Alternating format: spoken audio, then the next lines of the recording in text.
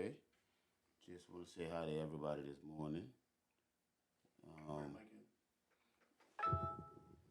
you gotta bring the mic in, Jay. Gotta bring the mic in. I There you said good go. morning to everybody.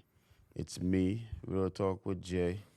I'm in the building right now. We're gonna wake everybody up real quick. Yeah. Bam, bam, bam, bam. We got a beautiful South Beach scenery in the background. And we about to kick this off, yo. How you got everybody doing this morning, huh? How everybody doing this morning? What's up, Dev? How you doing this morning, brother? I'm all right. I'm all right. Just been grinding away, editing projects. Mm-hmm. Other than that, had dinner with my grandma last night, Oh yeah, how was that? so that was good. How was grandma? Got to see grandma every once in a while, a couple of times a week, at least. I try. Mm-hmm. She was alright. She was pretty good. Okay, Yep. that's what's up. Your grandmother, where she? Does she stay in the same county? Or Yeah. does you have to go? She in PSL. JPS. Oh, okay, cool, man. I was telling you, she still lives in the same house Mm-hmm. that they got in the Yeah, 80s. you were saying that. Yeah. How the house look? You got a lot of repairs to do. I mean, they've kept up with it for the most part over the years. Mm-hmm. They actually just got new windows put in like a couple weeks ago. What else did they do? They removed a couple of trees that were out front that were like old ass trees. Oh yeah. That were there since before I was born, since before probably when my mom was a kid type old. Like it's been there a minute. And it looks weird with them not being there. Damn. Being able to actually park in the grass now looks it's strange. But yeah, I mean they've kept up with stuff for the most part over the years. I think the only thing is they're all every hurricane season they're worried about their roof. Mm-hmm. So I think that's the only thing. Uh-huh. But other than that, pretty good house. You ever have to go over there and do work?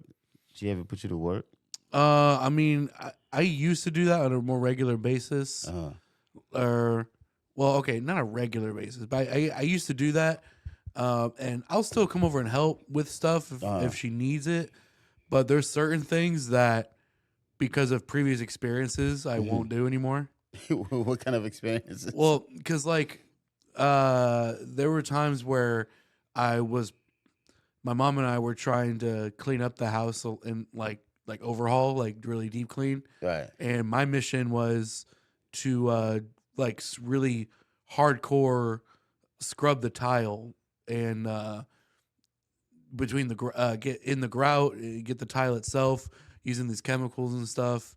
And it's a pretty big surface area to do, not just one room. Mm-hmm. And yeah, like I did it as best as I possibly could. Mm-hmm. And I guess I don't know if there was just a disagreement, but she felt like it wasn't done right.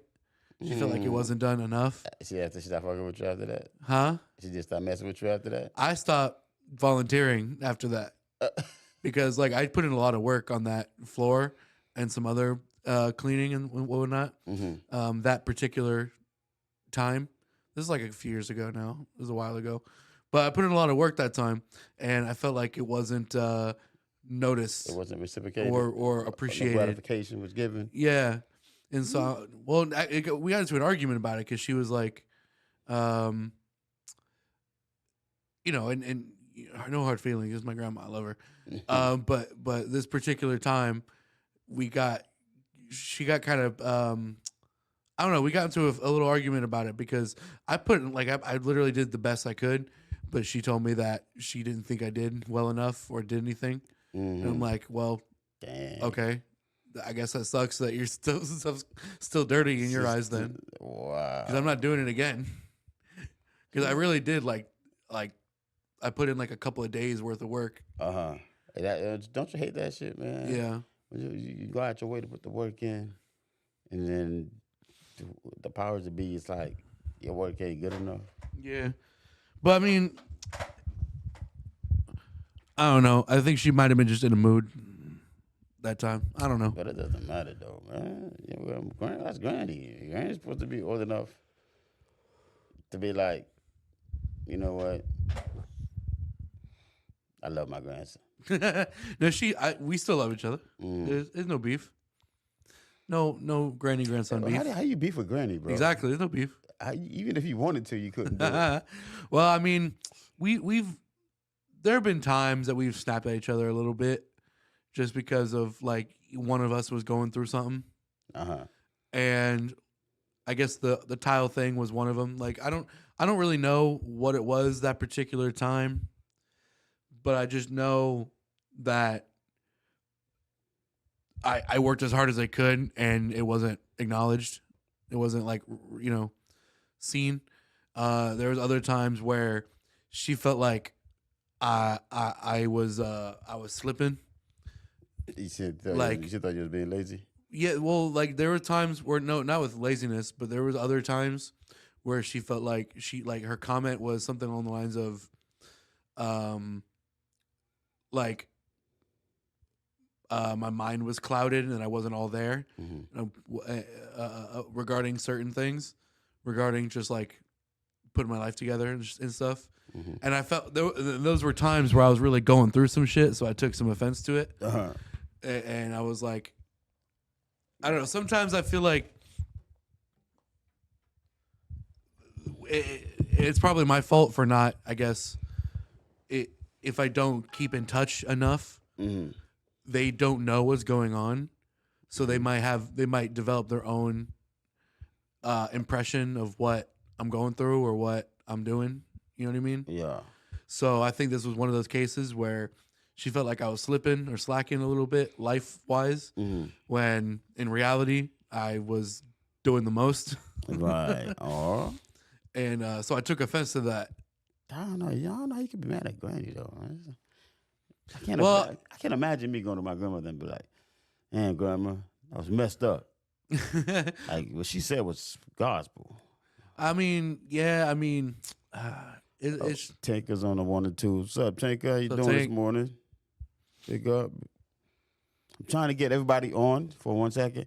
Everybody on live. I'm trying to get as many people as I can this morning because I have a really, really nice topic this morning that I want to get everybody involved in as a community. So I'm going to wait. And it's going to depend on how many viewers I get on Facebook this morning on the live.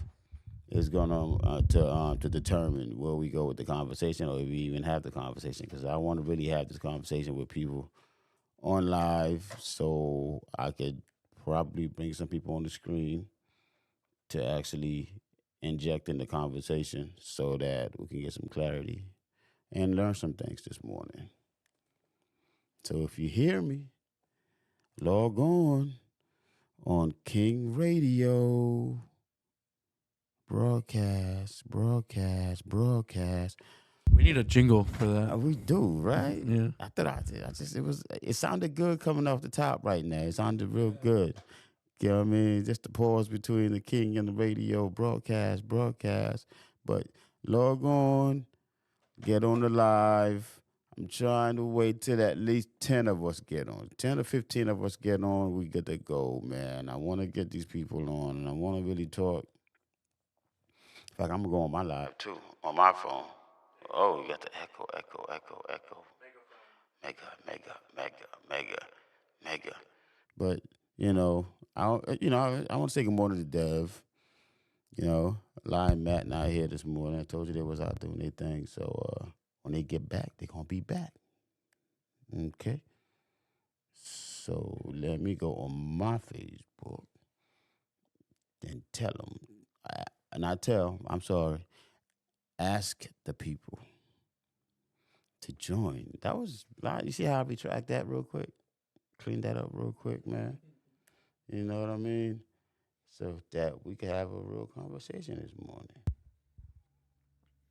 I think I have something to really talk about. But I can't do it by myself. I'm going to need you guys to log on the live, check in, and be a part of the conversation. If not, I'm not gonna have it. We're just gonna generate.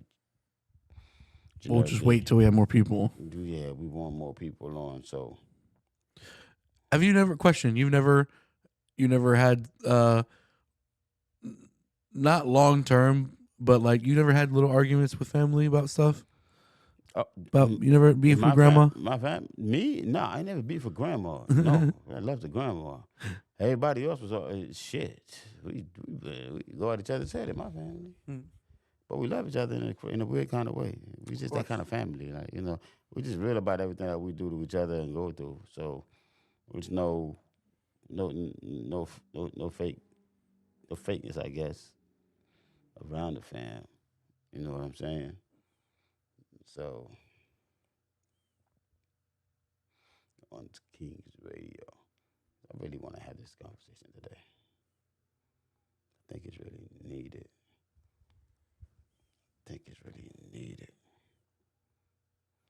Hey guys, good morning. I didn't tell anybody on the live. I want y'all to know to go on the King Radio Live. If you are on my Facebook, switch over to the King Radio Live. I'm trying to get as many people on this morning as I possibly can because I have something to talk about. And I'm sure that we're going to learn from this conversation we're going to have this morning, if we have it, because I want to see as many people as I can on. So if you guys want to tag people to join in the conversation, just tag in. I'm talking up to 3. I need some more people. Good morning, sis.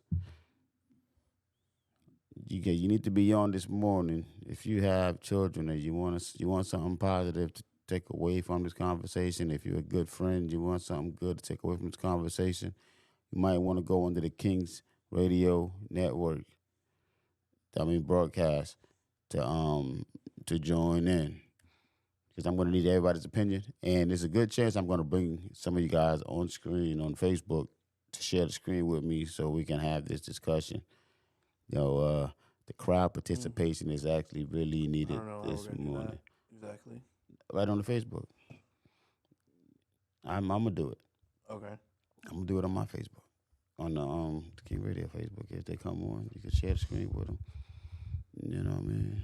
We can do it. I think you can do it from your end too. I don't know how to pull it up on here. It's when a person come on, you click on their name, and you could put them on the screen with you. So, guys, please switch over to King Radio. I see who's on. So just switch over to the King Radio. Jeremiah, swing over to the King Radio. To the King Radio Facebook. Good morning, nephew. Yeah, it says bring them on camera type thing. Nephew, swing over to the King Radio Network. You might need to hear this conversation this morning too. So if you guys want to go ahead and get some people on, so we can open up this community, because my guest today is going to be y'all. That's who my guest is going to be, y'all. Look at my nephew on here, man. That's what I'm talking about, boy. Yep, he just jumped on. Thanks, Neff. Appreciate you, man. Appreciate you. But yeah, man. Also, please, before we go, we got a few more to go. Good morning, nephew. We got a few more to go. Just go ahead and get on the King Radio. Yep. Elaine, thank you for good morning, Mr. Lane. Thank you for joining. Please stick around.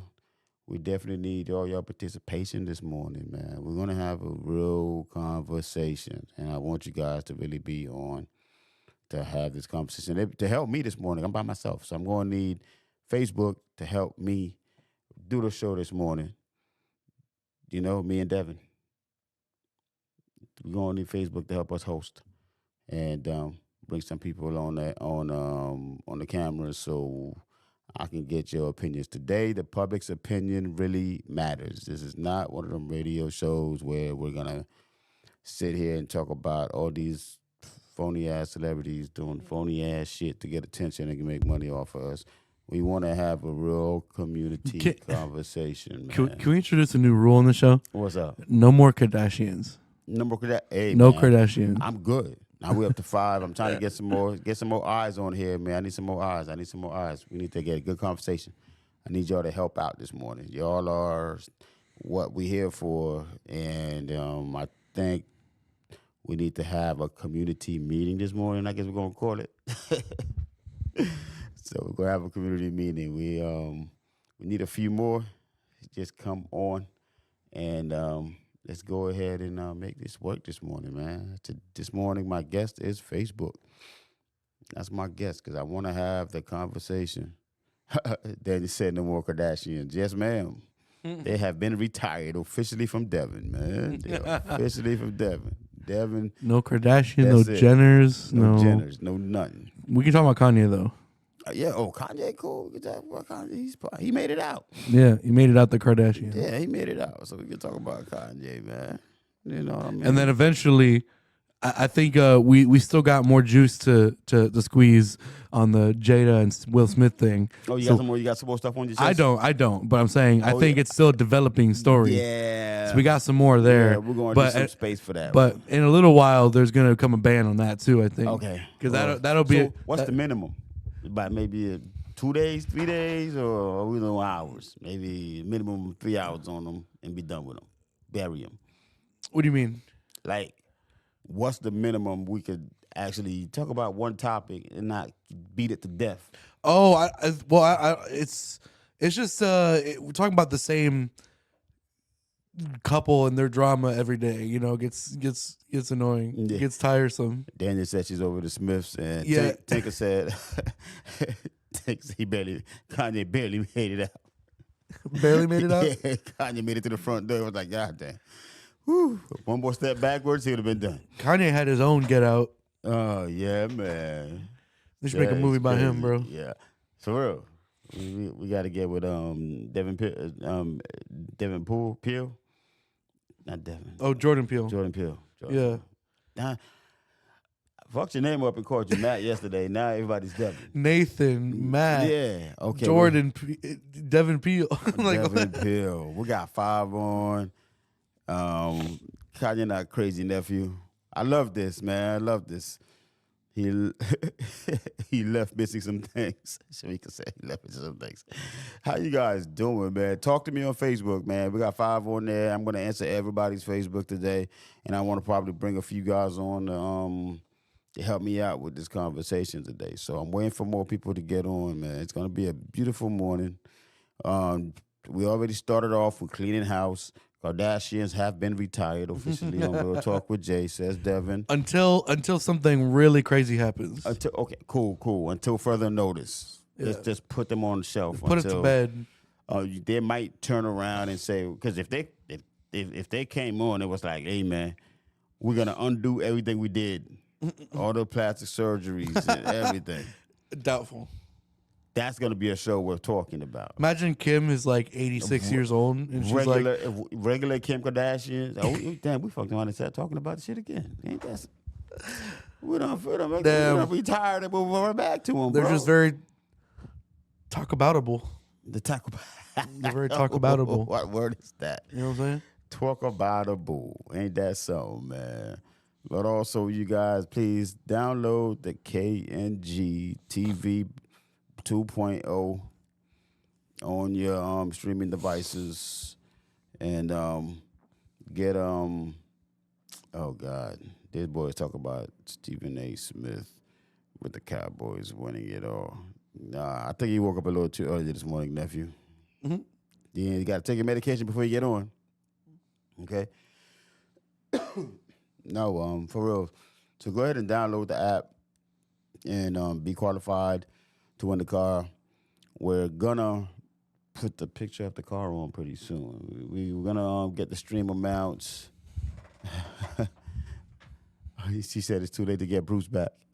Yeah, Bruce been. Oh, yeah. Yeah, you're right, Shamika. It is too late to get him back, man. He's, I mean, we lost her. We lost him. No, we gained her. You're right. You're right. And I think that's like the ultimate plan is for the man to go into the Kardashian and leave Kardashian. Go in a man and leave a woman. Leave a woman, yeah. chilling with Bruce. Conspiracy theorists. Yeah, chilling with Bruce. I think that's the master plan, bro. I think Bruce is the one that went through the whole plan and just lost. You're right. It's weird that Caitlyn Jenner is like the most. They're the only trans one, but they're also like the most conservative one. Yeah. Which is very weird. Yeah, man. Well, we got 5 people on. They stopped giving the Cowboys participation trophies after you're not in the finals for 30 years. You don't get a participation trophy. Maybe the Little League Cowboys get that, but not Jerry Jones's Cowboys. Jerry Jones's Cowboys get sent home, and then Jerry give him more money. That's what they get, but they don't get no trophies at all. Right, nephew? They don't get no trophies, man. I'm a New York Giants fan. See, I'm interacting with everybody today. I'm even arguing back with my nephew this morning right now. Talking about who's your team. You know who my team is. Team that's in the same conference with yours. That's been kicking butt all year. I mean, not this year, but at least we bring more championships home than you guys did in the last 30 years. So I got that to stand on.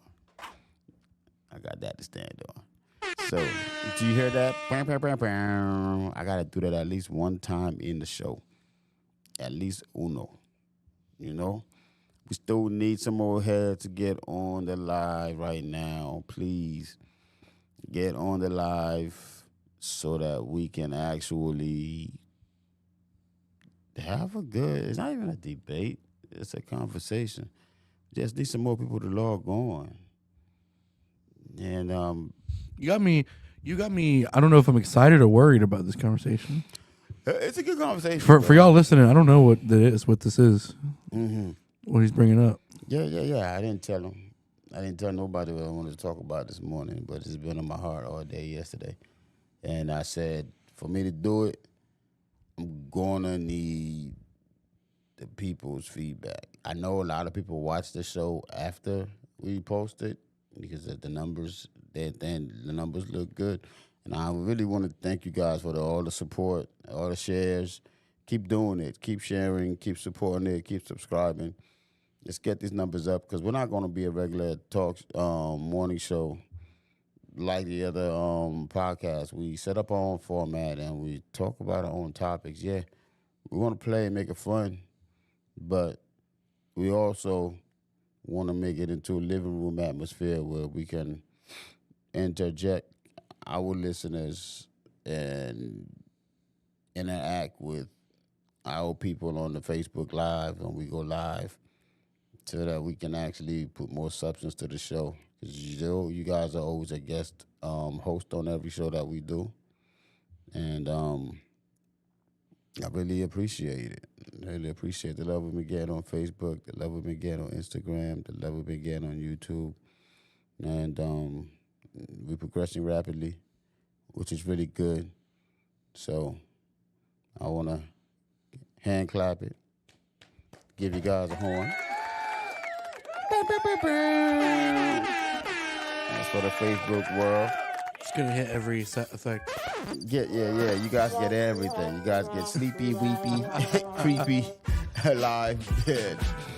Yeah, man. So please, go ahead and log on. I want to get some more numbers up there on the live, man. We got to get some more numbers on the live so we can actually start this conversation because I don't really want to start it without having enough ears to go into it so I can get opinions. And the good thing is we have my sister on here. We have her son on here.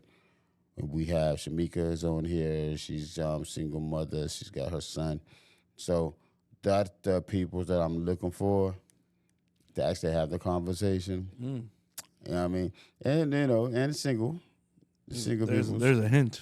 There's single peoples too. There's Parents and single peoples. What the topic is. It's not going to be about relationships. I'm single. Yeah, we're going to need you on there too because your opinion actually is going to weigh in a lot. Okay. Your opinion is going to weigh in a lot.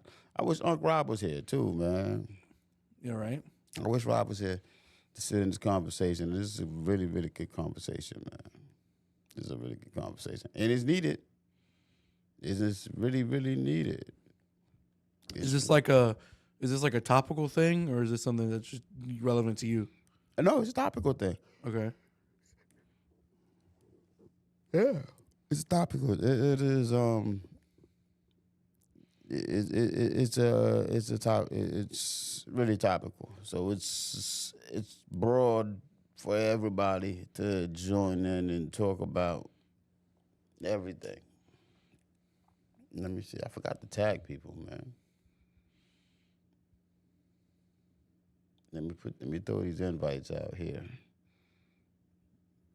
so that we can get some heads in here, man. Because we need. Love to get some head in here. Yeah, you so stupid.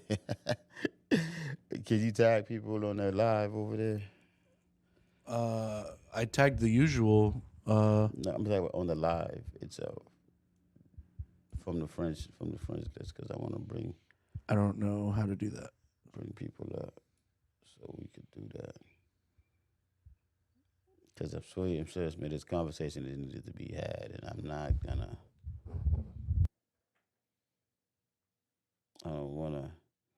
I don't want it to go on deaf ears. You know what I mean? Duval. It's from Duval County. Yeah. If you guys want to, please invite some or tag some of your people so we could get in this conversation together.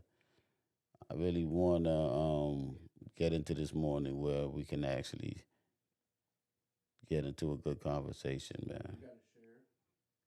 Mm-hmm. Yeah. Just invite some people in the conversation because it's needed, man. I think it's needed. You know what I mean? I think it's needed. Hey, Dan. Good morning, Dan. If you want to, Dan, man, I haven't seen Dan in a minute, man. I hope all is well, bro. Switch over to King Radio on Facebook and be part of the conversation, bro. You a parent too, Dan. So I wanna get your input on some of the and the topic that we're talking about today. Might get hella viewers. I just realized on when you make a post on here on Facebook, Yeah. you can tag like if you're streaming like games, Yeah. you can tag what game tag, it is. yeah. I should put Fortnite so we just get hella people coming in Shit. thinking we're about to play Fortnite. What up, Dan? Good morning. Yo, D, do me a favor. Go on to King Radio. Go on to King Radio live on Facebook. Appreciate you, bro. Appreciate you. You're a parent too, Dan, and I want to definitely bring you into the conversation. We're waiting for more for the numbers to go up. Now we're up to 6 total. We're trying to get up there to about 10. Yo, just trying to get it. Man, I'm going to need your input because, you know, we grew up together. Me and Darren grew up together. So it'll be good to have the friends that you grew up with, that you watched raise children together to actually talk about this. And I might bring somebody on camera to actually get into the conversation, man. So we can talk. So, damn, man, what's going on with you, bro? We up to 7. That's what's up, man. We're getting there. The numbers are getting there. We got to get them on there today, man, because we're definitely going to have my guest today is y'all, Facebook. That's my guest today. No guest in the studio, just me and you guys, and we're going to actually get this shit going, man. But I don't want to have this conversation on deaf ears.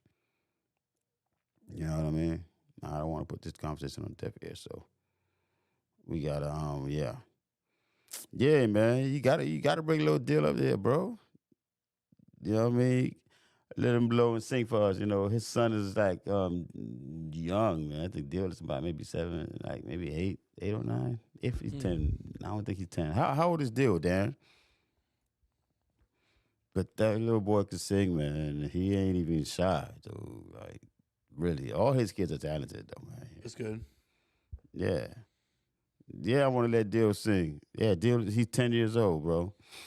He's a phenomenon. You know, so this past weekend when I was at my cousin's play, it made me think. You know,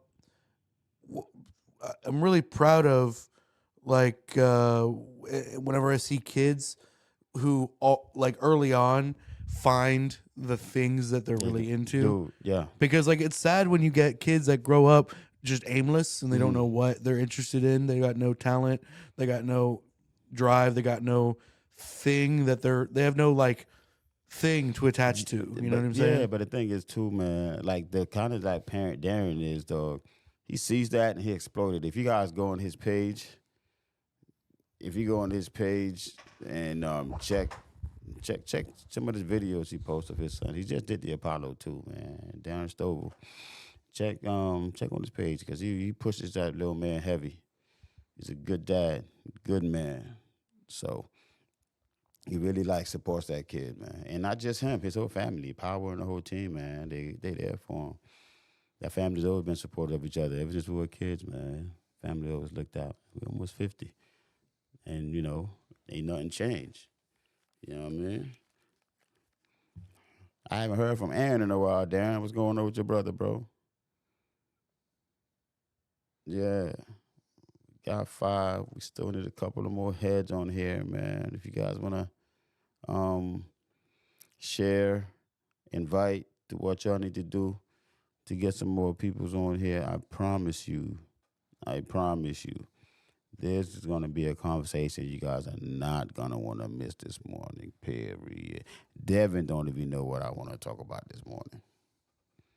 Devin don't even want to know. They asked me who my guest is going to be today. I was like, it's going to be everybody on Facebook. Really? We want to have a conversation with the family. We want to have a conversation with the community. That's where we're going this morning. So if you guys, please, he's Aaron. Tell him I said what's up, Dan. You guys got to get on here, man. We want to have real conversations. We don't want to be a morning show where it's all about celebrities, so-called celebrities, because you guys are all the celebrities out here, because you guys are real-time people doing real things. So please get on.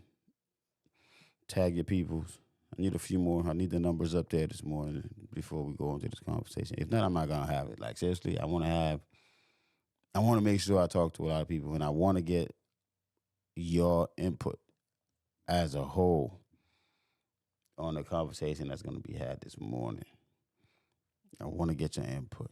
This is the part where if I had to go on a commercial break, I would have went on a commercial break and came back, because that's how important it is. I'm not going to stress it. I'm not doing it for likes. I'm not doing it for nothing. I'm doing it for our community. I'm doing it for our people. So we got to get these numbers up, man. Got to get these numbers up. Download it. Go on to the King Radio Facebook. That way I don't have to switch back and forth to my Facebook, and just gets confusing a little bit. So if you guys can just go to the King Radio on Facebook so that we can go ahead and have the whole community. I want a community on here so I can read off everything right in front of me versus having to go back on my phone with 2 different sets of audience. So we really, if I have to do it, I'm going to keep mine on anyway. So if I have to do it, I'll do it. If I don't have to do it, it'll be great. I can just focus on one screen, and we can have this conversation, man. I'm telling you. Dude, I like the setup. Thank you. I appreciate it, bro. The beach is looking kind of nice. Yeah, I feel want to about to jump in the water with the chair. I'm having a hard time telling if those are people or like posts. No, they're people and posts. Okay, because there's some that are moving, some that are sitting still. Mm-hmm. There are people and posts, man. Yeah. You got to get up here, Dan. You got to get up here, bro. You got to bring little man with you. We definitely want him to bless us with his vocals. So, yeah. We still need some more numbers, man. We up to 5 people. We got to get up, man. Wake up, wake up, wake up, wake up. 7:56. I don't want to. It's not a 5-minute conversation, y'all. It's actually going to take some time for us to actually talk. Oh, Ethan, tell Ethan I said, what's up, man? That's little ghost right there, man. Little boy ain't scared of nothing, but she's smart as hell. Very intelligent little boy. I love it. Love it. We need a few more. Need a few more so we could get this popping. You know what, man? Devin, the last couple of days, man, we've had some good shows. Like yesterday's show Yeah. really sparked a lot in me yesterday, man. Yeah. But yeah, Black came in with Cuz I brought me in a different space. And yesterday with Unc, I literally rewatched the whole show yesterday. Really? Yeah. I really literally rewatched the whole show. It was, when you talk about friendship, you talk about mental health, it was really a good show yesterday that really made me think about a lot of things, even including with the show and just life, and it kind of prompted me to really the conversation I want to have today, man, because I'm looking at the numbers, man. The numbers are great. The numbers are great, and the conversations are good. You know, so what I want to do is actually have a conversation with the people. I figure, why not? I feel like it's something we should do once in a while. Yeah, man. Just talk with Talk with just the the people. audience, Yeah, we do. When they come on, not just talk at them. yeah, man. I don't want to just use people for their views. I don't want to use them for their shares. I want them to participate Yeah. in everything we're talking about, so that they can feel like they're the other. You know how they said that you the sixth man. That's the sixth man. You know what I mean? If they're gonna share our stuff and support our stuff, you know what I mean?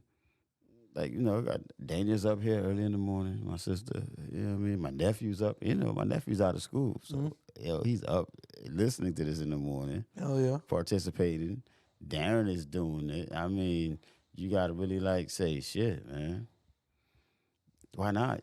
If you up and you on, the power of social media now is different because The power of Instagram the compels power you. is, yeah, we here. We here. You know what I mean? We can just go ahead and have them. You know what I mean? Just have them be join us. Yeah. Yeah, man. I know, Darren. Thanks, bro. I appreciate it, man. I appreciate it, yo. Social media is crazy. Yeah, it's working, man. The numbers are good. Week to week we're growing. I'm not shooting it down. I'm happy about it. I'm just thinking about back in the Dizzy when they had to go across the country on a horse with a buggy with mail to get That's crazy, right? to get a message across. It'll take weeks. Yep. You know what I'm saying? But now you can just tweet someone That's it. you're gay in the DMs. That's it. We literally had to buy stamps and shit and mail letters out. We had then the beepers came. We thought, oh shit. Do you think people trolling was a thing back then when it took money and time? Nah, Or do you think that's more prevalent now? it was less trolling back then because you had to spend money to troll. Yeah. You had to really want to troll at somebody yeah. bad. I'm sure they did, but you had to have a budget to troll. Yeah. Mm-hmm. Man. Man, I appreciate it, Dan, man. I'm telling you, man, you got brothers out here, bro. Support you, man. He said, I had my son live and only had 6 people. And now, looking in, he's at the Apollo. His son performed at the Apollo a few weeks ago, man. You gotta take your head off that, Being from small town in Jersey called Neptune, New Jersey. You see these brothers out here handling their business, man, and putting their names and their kids' names on the map, man. That's respectable and commendable too. Really commendable, Yo, Darren, man, how's Josh Shem doing? And Power.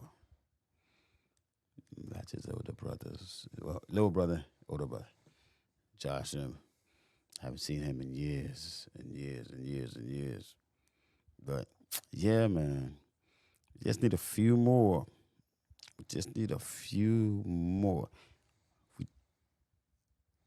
Give me about 5 more minutes. Let's get a hint of what this is about. Devin, look at that. Devin's like, oh. Well, it might entice more people to come in. Uh-huh. People know what it's about. They're gonna be like, "Oh, let me get my nephew to listen to this. Let me get my brother to listen to this. You know Let me get my mom to listen to this. Let me get my dog." Okay. What I want to have a discussion on. See, I don't want to say it, man, because then people gonna start commenting on it too soon. I gotta hold it so they can drop the comments. Drop one word. What's one word? Oh, One word. man. Community. Okay. I can go 10,000 different ways. Oh, man, yo, Derek, tell them I said what's a good up, show. man. Tell the guards I said peace. You ever watch the show Community? No, I heard it was good. It was funny. Yeah. I heard it was good, man. Oh, and Allison Brie is so hot. You got your own reason for watching it, huh? Well, she's part of it, but it's just a funny show. Donald Glover's in it. Yeah, I know. I love him as an actor, man. Chevy Chase is in it, which is weird. Josh Francis, what's up? Good morning, man. Do me a favor, Josh. Go on King Radio on your Facebook, man. Join in the conversation we're about to have because we're going to need your opinion on today's topic.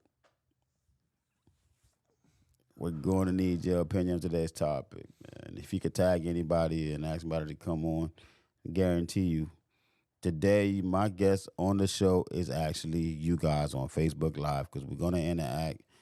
I'm going to be typing. But not really. I'm just going to read stuff on the screen and then have conversation. Oh, shit. Devin don't have a power drink this morning. He must have had some sleep last night. No. No? I had no sleep. No drink. Last night was Tuesday, bro. What you doing on Tuesday night? Just editing? Dinner with my grandma and then editing, yeah. Damn. It was another one of those nights where I'm trying to edit and I'm like dozing off in the middle of it. Yeah. And then waking up and then doing something for 5 minutes and dozing off again. And then I wake up and it's 5 in the morning and I'm like, oh, yeah, well, time to get up. Time to get up, man. Damn. Shit, man. So, you don't do any kind of workouts? Anything physical? No? Why not? I have no idea when I would fit it in. It's called discipline, Daniel, son. I don't know when I would make time, genuinely. Discipline. Do you think I should try to call somebody in this morning? Who you want to call? Who Besides should I Ghostbusters? call? Yeah. Should I call one of you guys on Facebook? Should I call one of you guys on Facebook to interject with this conversation? Who should I call? Who should I call? I might just, after the conversation, yeah, man, appreciate it, Darren. Tag some people in, man. They're not gonna be, they're not gonna regret that they tagged in this morning. I guarantee you that. Might be probably one of the best conversations they're gonna have this week, period. I promise you that. Might gonna be one, not might, it's gonna be. And I'm trying to see if I can call somebody. I might just call somebody in. You know what?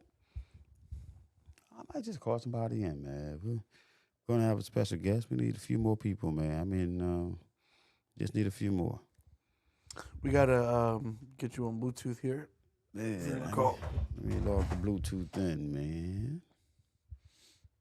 Oh shoot, need to get Dev. Can you do me a favor? Yeah.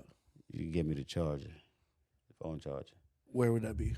It'll be in the kitchen, in the drawers. Because I am on 15%. That's crazy. I ain't even noticed that.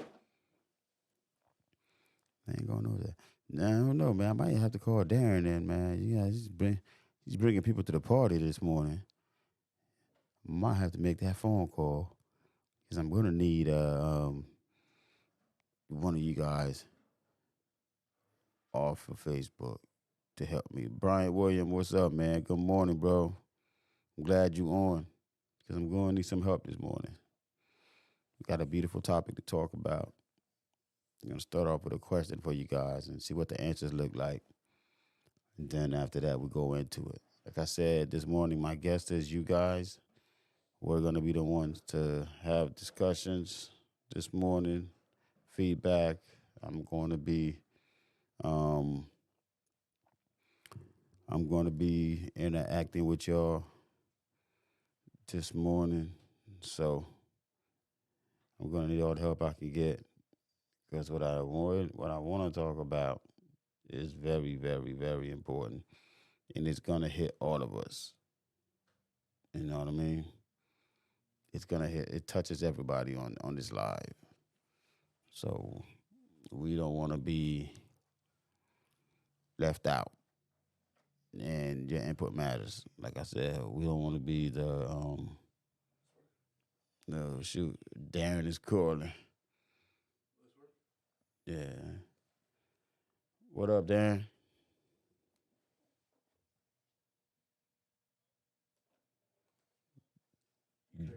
Darren, I'm gonna call you. I'm gonna call you on your regular phone.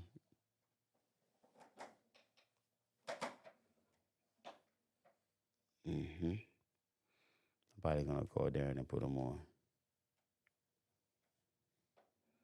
Let me log onto the Bluetooth. Oh shoot. I don't have a. I need a what you gonna call it for it. Mm, need the box. Let's see.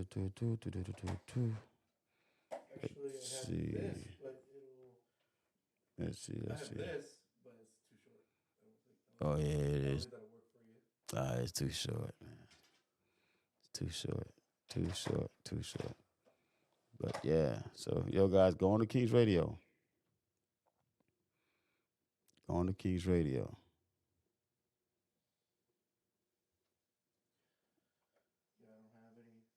Yeah. I'm gonna log on to the Bluetooth real quick. Okay. So I'm gonna call Darren. That's what I'm gonna do. Darren, I'm about to call you now. I love this. I love this. Yeah. Special guest this morning. It's the homie. Special guest this morning, all the way from Jersey. It's the homie. What's up, brother? What's going on, Darren? You on What's the up, air? man? Had to call you in, bro. What's good? Oh, man. What's going on, brother? No, I'm chilling, man. I'm chilling. I love this Facebook I thing, see man, you because doing your thing, though. I appreciate it, bro. I But appreciate listen, it. I wanted to talk. I wanted to talk to you because, like, you got to understand that, like, it takes a team Yeah, to put you out there. You know what I'm saying? no doubt. You think you can do it by yourself, but it's not like that. Michael Jordan ain't do it by himself. Nah, You know man, what I'm saying? I LeBron can't, ain't do it I by can't do himself. it. I Takes can't. a whole team, bro. You're right, bro. I can't do it by myself. No, no. Nah. And that's why I'm trying to put my son out there because I'm trying to get me a team. Oh, trust me. Once he get up there, you're gonna be on the team too. Oh Trust man, me. appreciate that. Because That's the automatic, people bro. that you know. Yeah, yeah. That's I've been trying to get in touch with you a long time ago, but I Damn, just been so man. busy, man, because I know what we can do with Giovanni, bro. Yeah, I nah. just need the right people in my corner, and Right. Giovanni will blow. Yeah, he will. Trust me, bro. He will, bro. Nah, I'm trying to that's a tell you, and given. I've been doing it by myself. So it's like, I'm like, you know what I'm saying? But That's that's why I had to take it's my all hat. good. I had to take my hat off to you, bro. Yeah, I've been grinding, man. I've Oh, been trying to put them out there, trying to meet the right people, you know, trying to do something, for him. He the- goes to he goes to the School of Arts in PA. You know, I'm out there. I'm out here in PA now. yeah. Yeah. Oh, I think we got some feedback coming from your. We got an echo coming from your side, Darren. You got the thing on live on the Oh, other side? hold on. Can you hear me now? Yeah. Hello? You hear me? It's still an echo? If you Yeah. if you have the show playing in the background, mute that, please.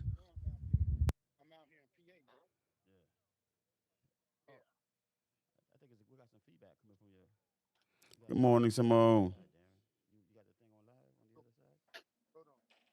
Can you hear me now? You hear me, Darren? Hello? Yeah. Oh, so you got me connected to the show? Yeah, you on the show, bro? Oh, damn, man.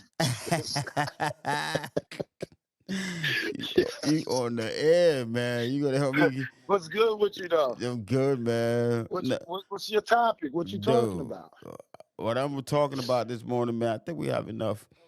What I really wanted to get into, being that we having all these killings, like I want to talk to us as a community.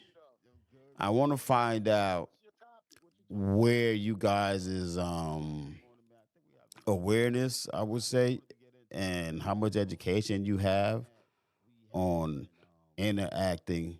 And that's just us talking amongst us. I don't want to bash officers. I don't want to bash, first of all, I'm not going on to bash the police. I want to talk to us as a community on what we think the proper way to handle different interactions as far as pullovers.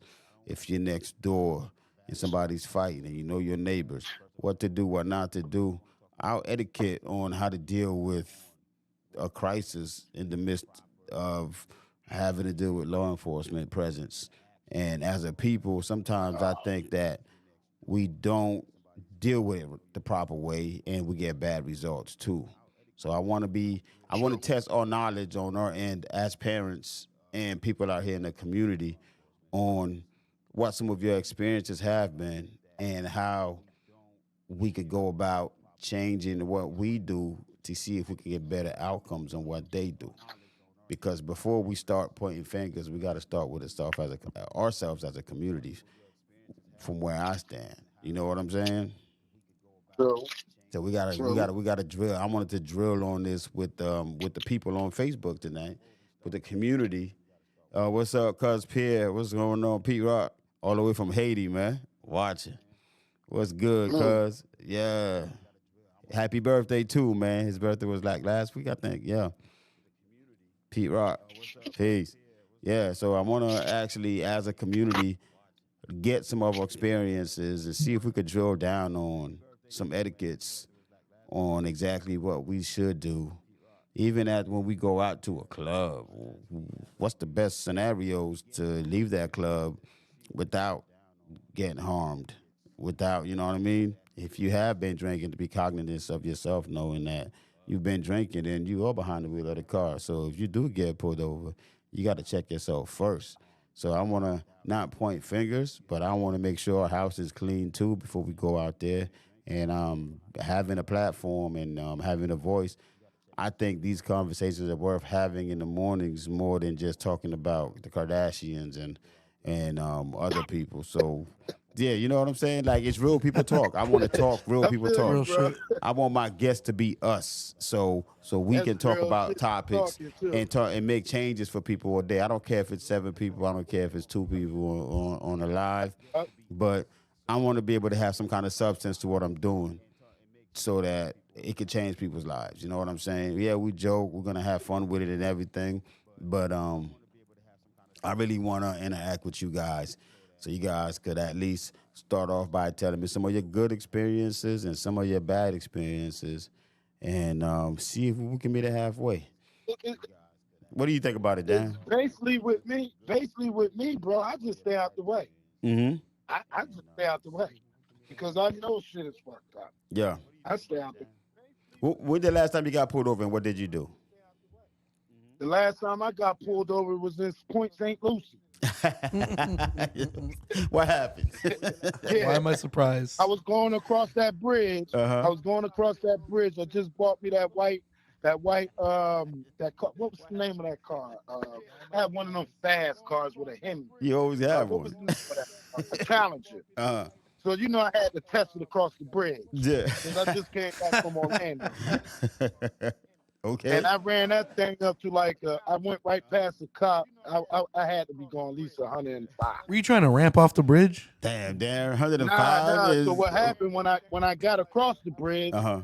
I had about 5 officers waiting for me. Oh shit. So I put that Wow. thing back in second gear, and I was like, "Damn!" Uh huh. So they pulled me over, and he Hmm. was like, "Yo, do you know how you know how fast you was going?" I said, "Yeah, man. I just hit a button, man, and I just wanted to test it." he was like, man, you was really going you was going like 105. He let me go, though. It's all about how you talk to him. Mm-hmm. Yeah. I kept it real with him. I said, man, I had to test this motherfucker. You know, So I had to open it up. Shit. I had to open her up. You Yeah. know, Over the we birthday. ain't seen, we ain't seen Lucy Florida. Damn, Darren, we got some feedback on your end, Yeah, bro. Darren. Hey, do you have the show playing in the background on your end? Oh, you on speakerphone? I'm on the speakerphone. That's why. Yeah, can you come off a speakerphone Well, for us? I'm off. I'm off the speaker. Yeah. We'll see if that But he fix gave it me in a a second. ticket. He gave me a ticket, though, bro. Did got to you? Okay. Yeah, they did. He did give me a ticket. All right. Well, Brian, what Brian Williams says, which is true, Brian. First thing is knowing the laws, what Yep. part you play. Secondly, your tone, the delivery when speaking is super important. True. And Simone, True. That's true. to That's true. piggyback that is etiquette is the key. Even the worst scenarios, stay calm. The moment Mm-hmm. we show a sign of aggression, even if you're right, may cause escalation. She's the one. That's right. She's 1,000% right too, man. She's 1,000% Yep, right. she's right. That's why I was calm. That's why I Mm-hmm. was calm. I knew what I did was wrong, so I was like, you know what? There's no arguing with him. Yeah. There's no arguing with the There's no cops or nothing because like that. the thing I tell people is you have to understand you're not gonna solve that issue that day. Going into it, any kind of interaction you do get into with any kind of law enforcement, you're not gonna fix it that day. You gonna Absolutely. because even with me doing what I do, I had gotten pulled over one time. I left my shop and I pulled Mm-hmm. they pulled me over down the street from the shop, and I was drinking a Red Mm-hmm. Bull. I wasn't drinking any alcohol. The officers told me that I was drinking. I smelled like alcohol, and Mm-hmm. I was lit. I was on my way to do a pickup in Stewart, and I left the shop. And the officers just straight told me, it smells like alcohol. I was like, no, officer, I was just drinking a Red Bull. So he proceeded to get me out of the. He told me to get out the car. I got out the car. Good morning, Jamie Washington. We're talking about etiquettes on. When people come on, that's why I wanted to wait for people, but the numbers are going up, so I'm gonna reiterate. We're talking about etiquettes and with dealing with the police as a community, what we should do ourselves to keep from escalation when dealing with first responders and law enforcement officers. We're not bashing the cops. We're just checking ourselves as a people on what we need to be doing to make sure we make it home safe to our loved ones on our end. You know what I mean? Because before you start pointing fingers, you got to check yourself. So I got pulled over, and he was like, "Get out the car," because I gave him my information. I knew he was gonna run it. I knew he was gonna show up on the system. So I didn't really come back with him at all. I got out. He's giving me the test, and I passed the test. You know, me doing the martial arts, it's easy to lock my legs in the air. So he was like, "Well, why don't you lift your legs this far?" So I lift my legs all the way to his face, and I was like, "Can a drunk person do this?" And as I'm done, I put my leg down. The rest of the cars came, and his boss came out and was like, "Dude, man, he's out here doing a bounty. You need to let him go." So I had to get an escort from Fort Pierce all the way down to Stewart. But the thing is, even though I had a badge too, I could have been like, I know you never come off like you know somebody's job better than they do. If you know the law, Yep. then you should know, okay, this is not in your head, just take notes. This is not legal. You know what I mean? Just Absolutely. just take, you know what I mean? Just take mental notes of what's going on and make sure you're aware of badge numbers and stuff like that. That way, when the incident is done and you walk away from it, even if you go to jail and take it to jail, I'll go to jail. That's just gonna make the lawsuit way more prettier. Because if I know I'm in the right, I ain't got to fight with you. We got lawyers for that. We got to That's learn. right. We ain't gonna win that battle on the side of the road. We're not gonna win it. The feedback is killing me, yo. But you know what? You know what, bro? You know what, James? Yeah. This generation now is just messed up. Like Mm, this generation now ain't living till 25 years old. Up to 25 years That's old. crazy. You right. They're dying younger and Kids is just younger. dying left and right. But see, Too much gunplay, man. yeah, but us as OGs, man, we really gotta. Yeah, we gotta teach them. Yeah, look what you're doing with your son, man. That's beautiful. That's it. That's beautiful. I make sure he busy every day. Uh-huh. My cousin Pete Rock said I knew the Karate James would pop up at some point. You know he ain't never You fought. already know that, bro. You've been Yeah. doing that since you was small. Yeah, man. Yeah, Oh man. I man. wish you come back here from Haiti soon, man. I miss you, cause shit. Now, now Simone said I got pulled over one time because the car I was driving. I would call whenever you ready to share. Okay, cool. Simone want to call in. Great. Brian said, "Great advice. You will not win the same day. Take mental notes and execute legally." Yeah, Brian. That's what I want people to know. All that uh, calling out. I got you a person on the passenger side.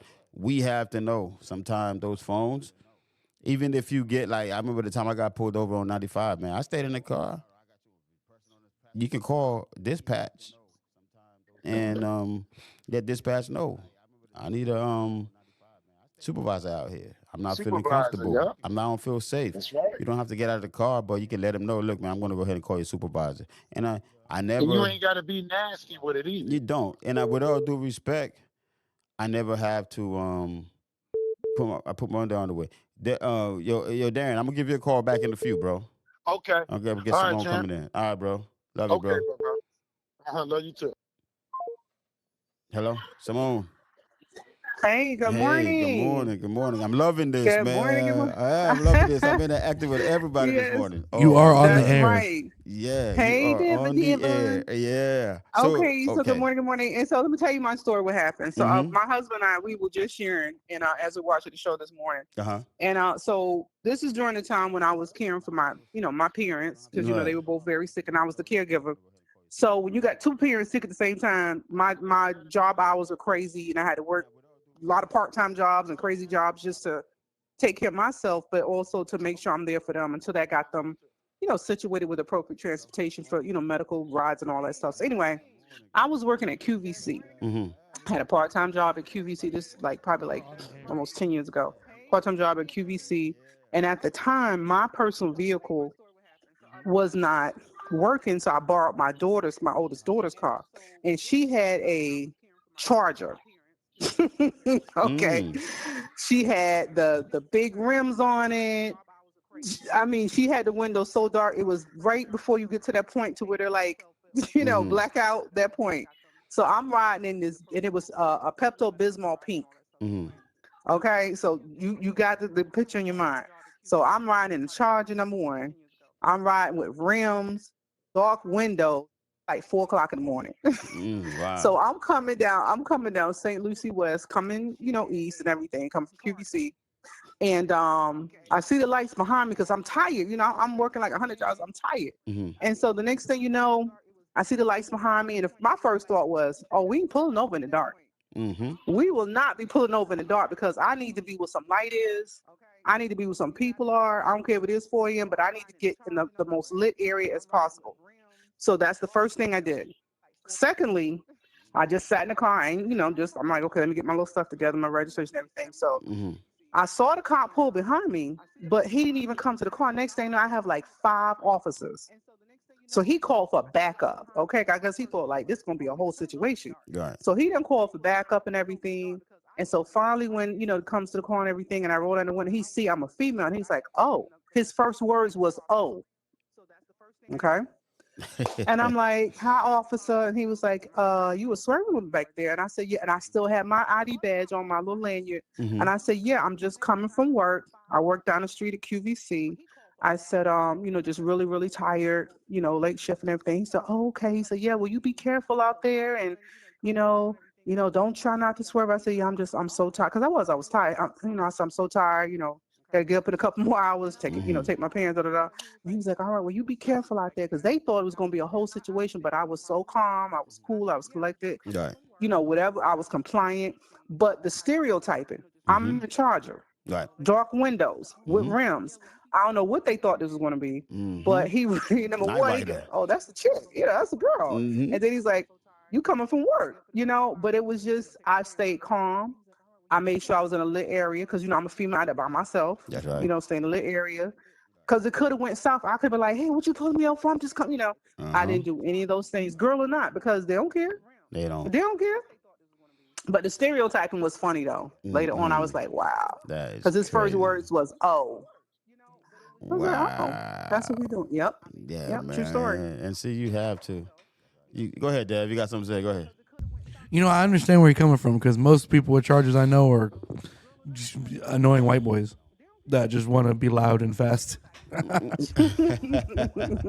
Well, I think he was going somewhere else when he saw the Charger, the dark windows, the rims. I think their mindset was totally thinking something else. And then when he saw that I was a girl, I don't know, I would drive a Pepto-Bismol pink Charger like a Barbie car, but I mean, it could happen. But I just think it was a different stereotypes. These really, really dark windows and everything. And thank God I didn't have her music on because she had like the whole system in there. But it just went a different way when he saw who I was, like a female, number one. That was the first thing that shocked him. Like, I'm a whole female. And then I'm like, I'm not a young, I'm not a 20-year-old female. I'm a mature woman. Right. And then I'm like, here go my badge. I just came from work. And he's like, okay. So it changed the whole dynamics of what they thought this was. Because, I mean, this dude had called for backup. It was 5 officers. Not one, but 5. I noticed around here, they be doing that a lot. I don't understand. What is that about? You pull somebody over and you got to go. And I've seen in the daytime. Like, you pull a person over. I can understand maybe 1 backup. But 5, like that's a little. I don't get 5. it. I don't get it. But it was 5 for one person. I've been in the recovery business for a while now, man. It's times where it's just me that goes in. You know what I mean? Like I go in by myself to bring somebody out by myself versus having a whole team in that person's face and don't get hurt. And sometimes I take people on ride-alongs, when they witness it, they tell me, dude, this is not what they show on TV. I'm like, it doesn't work. Like, it doesn't. You got your whole SWAT team. Yeah, it's your whole SWAT team. They don't even take all that. It don't take all that. So that's what I'm saying. Why is that though? Why do? Like I said, and I've seen this. Like we've been passing by in traffic or whatever, and you see like one lady or one dude pulled over, and then you see like a whole SWAT team. You're like, what happened? Dude, it don't take 10 guys to hold you down to make an arrest. Like if it comes with. I gotta finish here and talk. Yeah, I don't know what it is. Every time I hear her voice, I gotta stop talking. I'm not sure where the echo is coming from. I'm not really sure. I'm like, she's not done yet. But you know what I mean? That's I don't know why. For the sake, it's less threatening when one person go in there that knows what they're doing. And the thing about because I want to touch on the road etiquettes first, because what I want to hear from the parents is what their conversation with the kids look like when it comes to be like, if you're giving your kids, your kids about to go get their driver's license and all of that, we've had this conversation. Yeah, what's the like you guys that's on, like Mr. Bryant, I want to hear your input on that. Shamika, you got your son, and you too, Simone. What was your conversation with your kids like? Listen, when it came to being on the road and interacting with law enforcement, because the parents. Well, my children are all grown up now, but we did have that conversation, and even I shared that story with them, especially my son, because sometimes, guys get a bum deal, stuff like that. Right. And especially when he, out there while not partying and stuff like that. I mean, he's grown and married now, but, I had a conversation like, don't go, if you pulled over, you are compliant. You know what I'm saying? Even if you know that you are right and the person in authority is maybe not as correct as their proclaiming to be. Mm-hmm. You stay compliant. And this is in every situation in life. Sometimes you have to give up the right for the wrong. You have to just stay compliant, because if you trying to, like, sometimes at that time, the person holding the gun or whatever else like that is saying, like, no, you, yes, sir, I'm quiet. I'm not, you stay, because here's the thing. Get yourself out of that situation. And if we have to go back and get a lawyer, let's do that. Yeah, But you stay because compliant, you stay calm, you give them your license, your registration.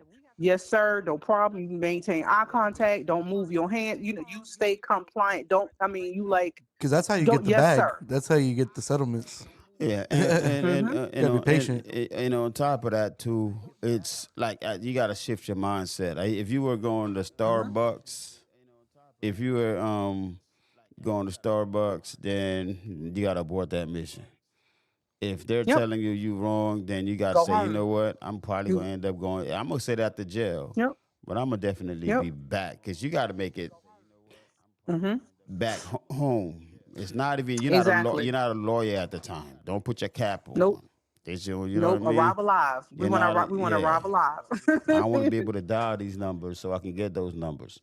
So Exactly. yeah, I'm not and gonna and sit that there. helped them. Mm-hmm. Yeah, and that helped them. I mean, like I said, everybody's adults now. They're grown up, and they're very compliant. And it's like they go into a whole nother mode, because but see, here's the thing: as a parent, we teach our kids about respecting authority. Yeah. That's the first problem. A lot of people tell, "Oh, you ain't got to listen. Don't stand up for yourself." That's not the time to stand up for yourself. No. If a person is pulling you over, In the ask for license. courtroom. Yes, sir. In the courtroom, but Mm-hmm. this ain't the courtroom. You gonna Right. try to be a whole advocate, and you all on the side of the road, and now you got a whole SWAT team. No, No. you compliant. Yes, sir. Yes, ma'am. Whatever it is, give them what they want. Get away from that situation. Then come home. Let's talk about it. We get a Yeah. lot, whatever we got to do then, but not at Yeah. that time. That's not the right place. Because But I you got tell to them, respect authority. I tell them it's like being May not kidnapped. like them, but you got to respect them. It's like Respect is key. it's like being kidnapped. You got to pay attention to your surroundings, everything Period. around you, all you doing. Period. When I get pulled over and I tell people, I said, just take mental notes. Mhm. You Mhm. got, you know what I mean? You got your civil rights. Just take notes and make Mhm. sure you pay attention to every little detail. Everything. Every little detail. If that camera's on, Everything. I speak into the camera. Yep. Like I You heard what I my said. I kid just mean, got you heard what I kidnapped. Like, said. come home, Devin. Yep. I You heard said, what I come said. The home, first thing I did Dev. was I maintained that eye contact. Yeah. I made sure I was looking right at him. And Eye contact. control your breath. Mhm. Don't get Mhm. too excited. Get Mhm. don't let your anxiety take the best of you. Don't let your fear Mhm. take the best of you. Control your breath. Sometimes, believe it or not, the way that a person can come at you aggressive and the way you handle that person and your energy Mhm. would actually de-escalate that person first. Because on the flip side, Mhm. we need work. We have to work on our side Mhm. as in the community, and then law enforcement through letters, through training, will receive the same training that we're receiving. That's why in my de-escalation manual, I wrote one for the community and I wrote one for first responders and law enforcement. Because I always Mhm. believe if what you do for one side, you have to do for another. Do for all You know sides. what I'm Yeah. saying? Yeah. So I'm not gonna sit here and be like, "Oh my God, they're killing us." But if you look at the stats in the hood, we're killing each other more. So we have to Period. we have to check ourselves and say, you know what? Yes. Let's get to the point where we stop killing each other, so we can focus on the real issues, the real killers, Right. and see if we could put in enough lawsuits where they fix their part. Mhm. Because after I they was just lose, about to say because that. that money is everything. After you lose Yep. a couple of mil here and there, you start You rethinking your don't stop. strategy, bro. You start rethinking That's your right, because there's other strategy. ways to fight. Yeah, there's Yeah, other ways to there's a fight. lot of other You ways to know, fight, man. that's right. Fight with legislation. Fight with the Mm-hmm. laws. Fight with the Yo, policies. There's other ways to I because fight to think get your point across. because people, one thing they don't know is that by law, when you get pulled over, you know, you don't have to give the officer your driver's license. Mhm. You don't have Mhm. to put your window down all the way. You put your window down Mhm. just enough to Mhm. communicate with the officer. They got Yep. pins and pads. You can read your number, like your driver's license number. Now, if they read your number off and they do a check on you and they come back and your license is suspended or you have a warrant, Now Oh yeah, your you going to back's jail. against the wall. You know what I'm saying? Now You going to the jail. officer is like, "Hey, I'm going to need that L. You have to give the license up. It's suspended. You driving with it. Well, don't be riding dirty. Don't be Yeah, don't be riding riding dirty. dirty. Check for real. A lot of things would be prevented if you really check yourself before you leave your house. Yeah. If you dirty, man, stay your Yeah. ass home. Go get your shit straightened out. Yep. Take a But shower. yeah, but you can't On ride. that You note. can't. Yeah, you can't ride. You can't ride dirty though. You got to keep yourself clean, Yeah. man. You got to. And so that's All why I right. really wanted to have this conversation with our community today. I know, and Mm-hmm. instead of having a guest in the studio, is because there's certain things we want to hear from y'all. I don't want to spend the whole morning Right. talking about other people that's rich as hell. Irrelevant at this moment. That's irrelevant. Yeah, and we got real issues going on in our community, and we're not even addressing it. We overlooking it, talking about everybody else's BS. I don't care.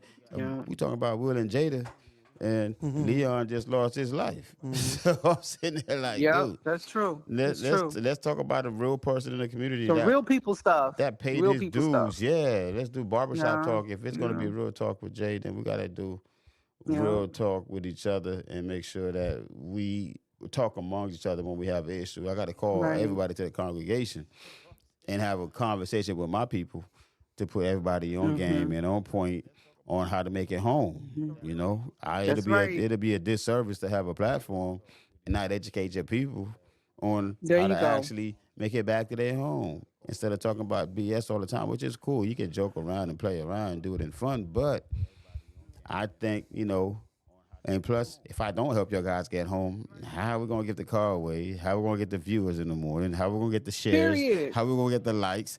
How is KNG gonna It ain't gonna survive happen. if we don't help our people We gotta arm survive. themselves? You We know what gotta I'm saying? survive. we We gotta gotta help. survive. We gotta help them arm themselves first, so, Yes. so we Yes. can make it out the crib. Literally and figuratively. Yeah. Exactly. Exactly. Well, So, I'm gonna go ahead and hop up so somebody else can jump on. all right, But cool. I just want to chime in. Good morning, love you guys, and I'll see y'all in a little bit. All right, Mama. Thank you. Appreciate it. Okay. All right. All right. Yeah. I just wanted to say I think one of my biggest things when it comes to anytime I Arm interact with themselves police, first. So- Yes. Yeah. anytime I interact with police, Mhm. uh, my biggest thing is I'm very careful with.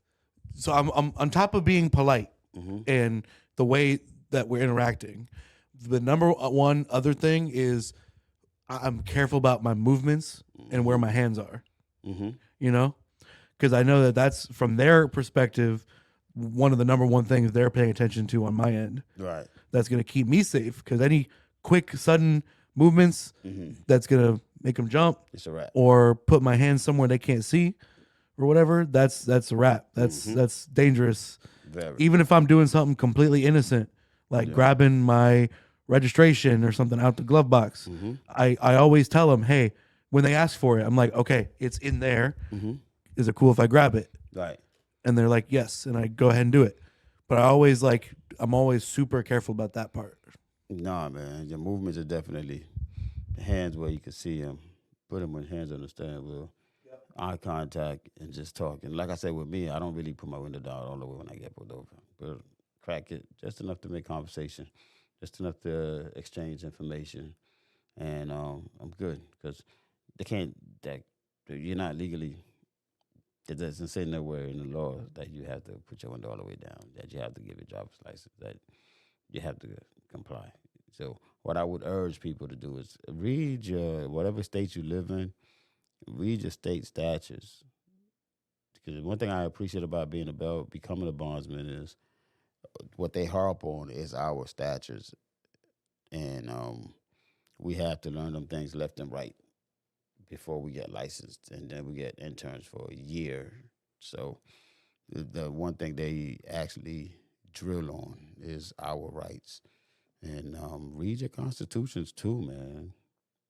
I mean, you guys, yeah, they say, man, if you want if you want to hide anything valuable from anybody, it's to hide. The best to hide it is in a book, which is true. We have to open our eyes, man. I like reading other books, but the books that I like to read a lot is sometimes like, being in my field, I read a lot of different kind of law books because I look at like different statutes for different cases and whatnot. And then when people call me and ask me for advice on different things, it makes me happy because now I can learn. If I don't know it, I'm gonna go learn something new. You know what I mean? Now, you know what I mean. When it comes to our constitutional rights, we just got to be able to know who you are, man.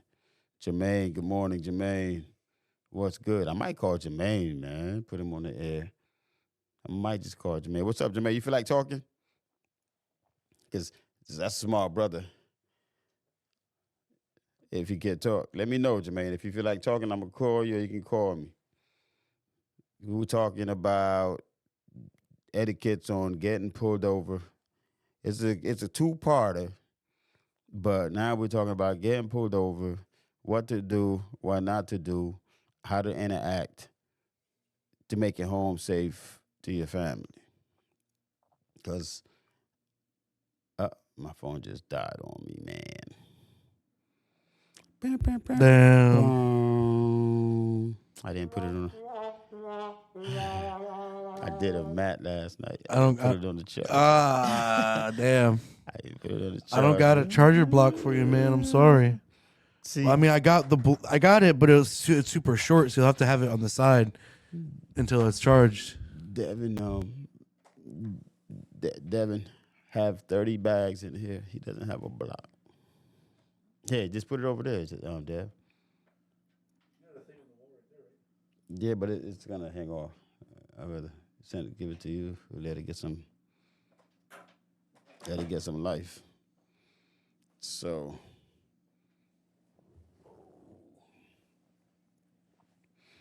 yeah, man.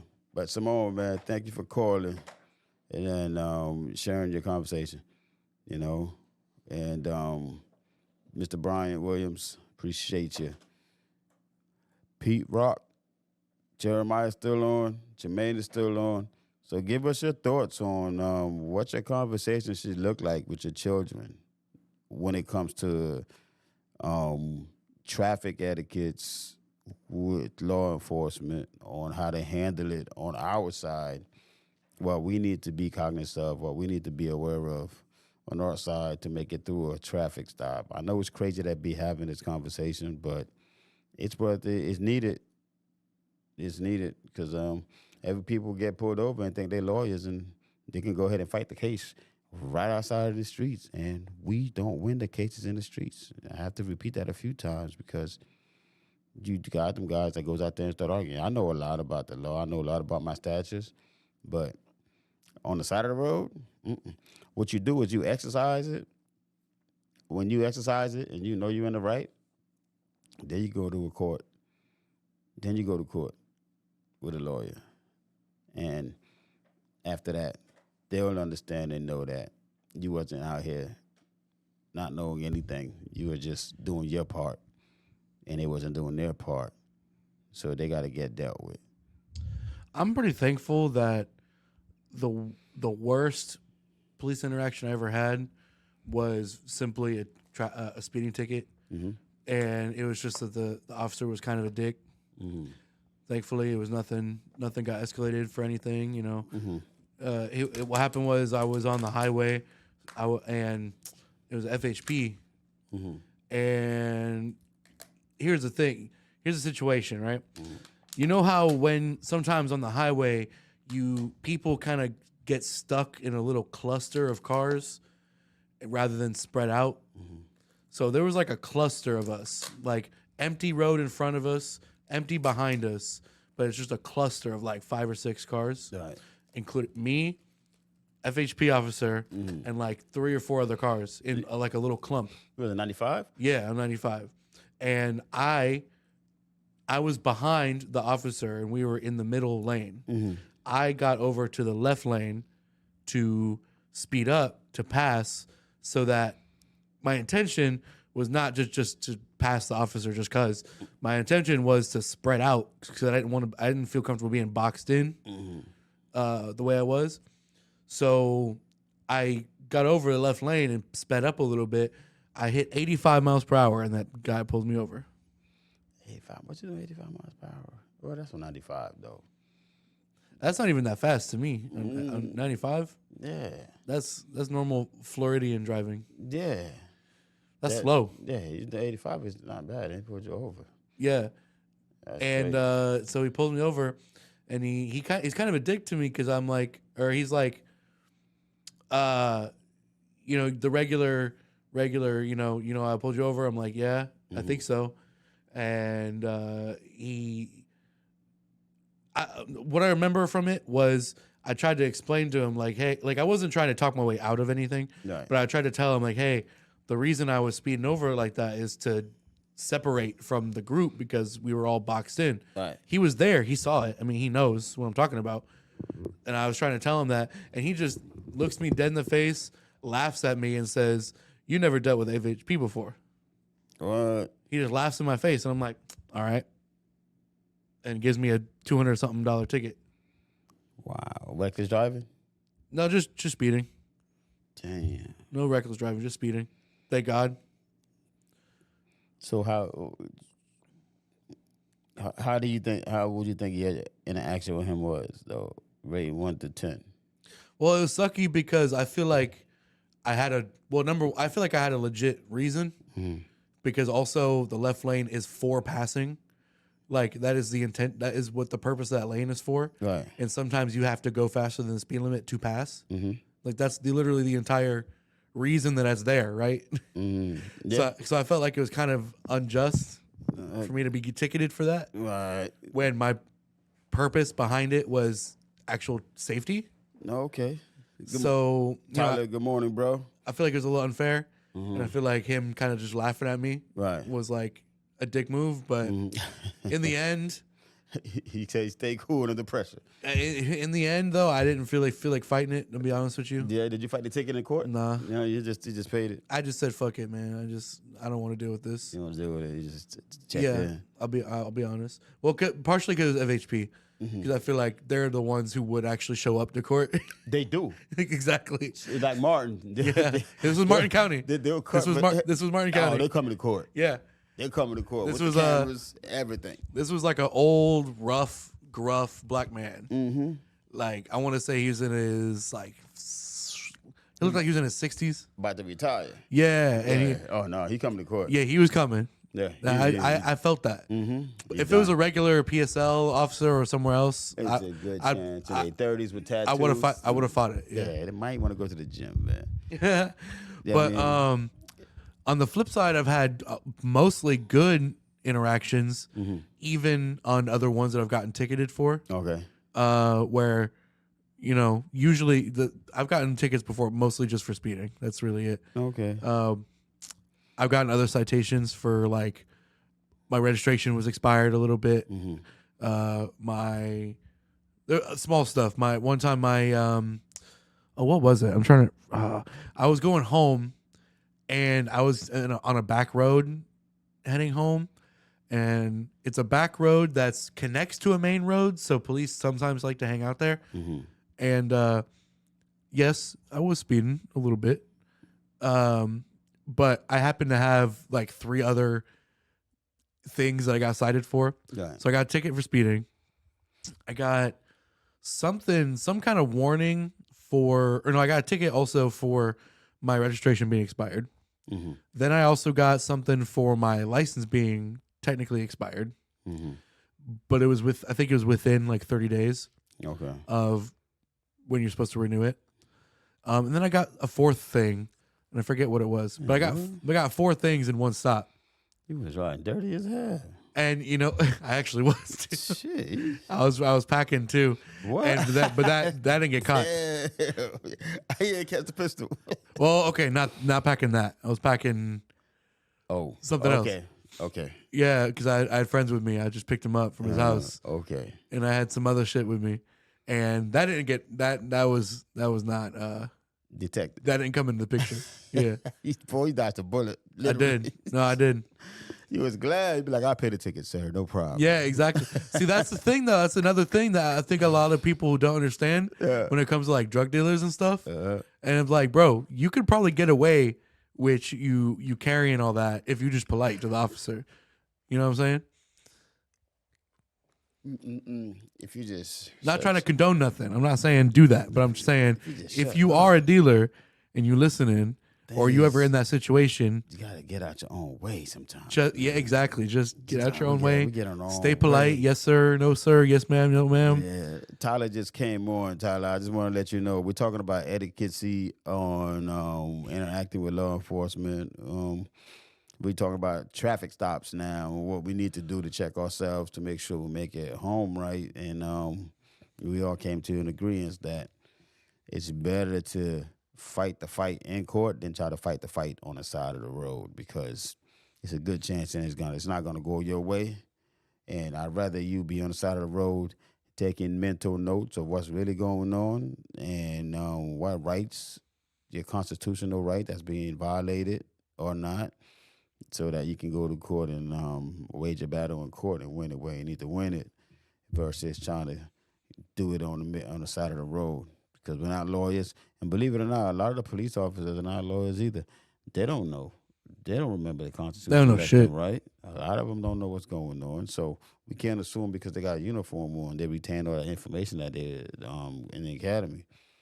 And some of them, And that's why I believe now, grand scheme of things, I feel like they should know. they should know. But I ain't no excuse. That's one of those jobs that. But because they don't know, Mhm. that's also why you should be calm with them and fight Yeah. that in court and not fight them on the street. Because it seems like you trying to be the smartest guy in the room. Yeah. When now the egos kick in, and they start they forget to check themselves at the door.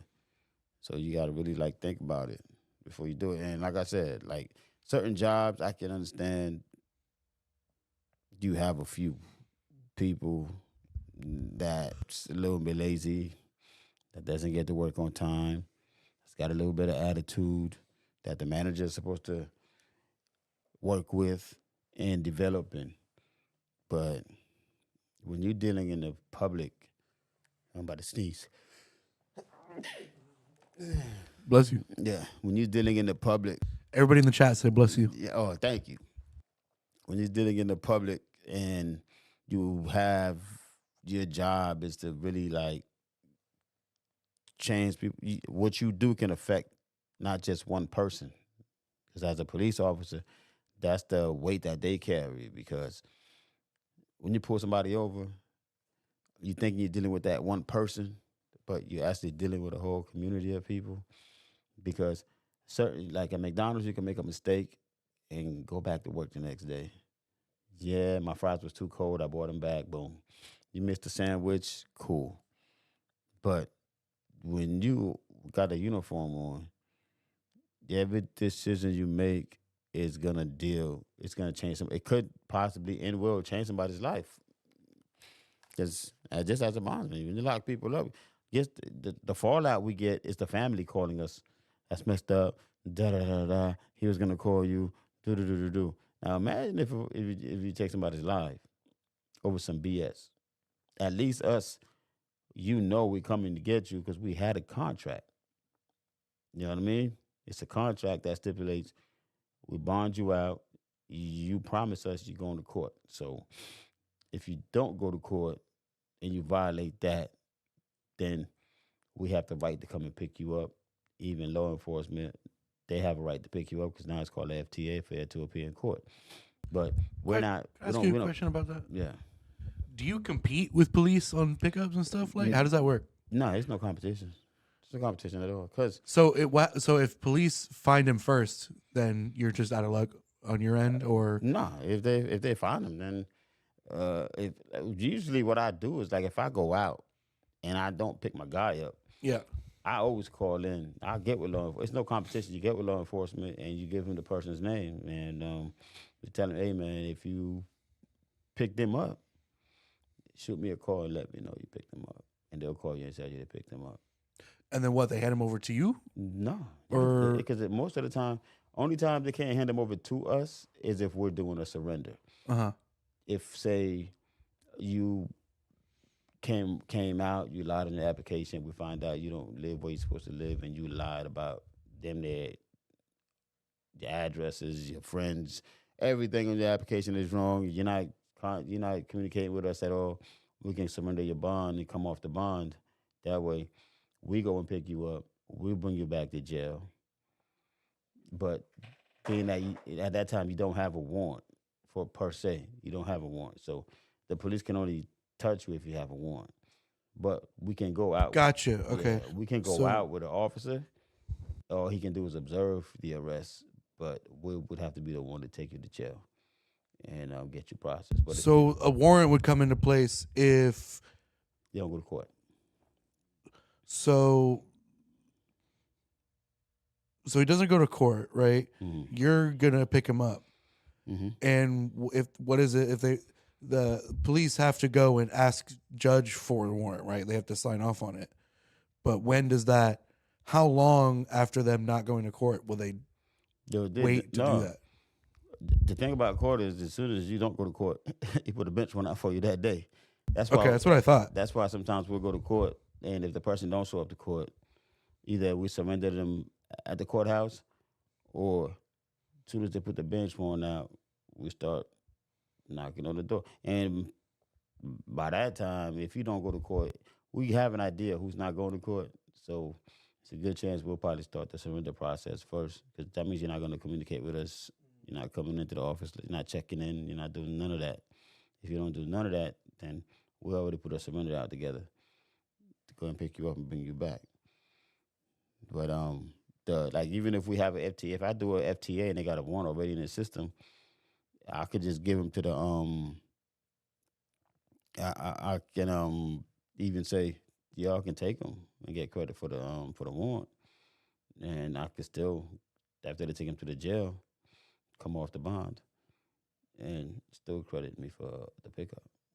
You know, so we can do. And anything I do, I don't really compete, man, because you got a lot of good officers out there. When I go out, they really helpful, man. You know what I mean? So I don't compete in anything. It's just support. You gotta support. You gotta support. You gotta support, man.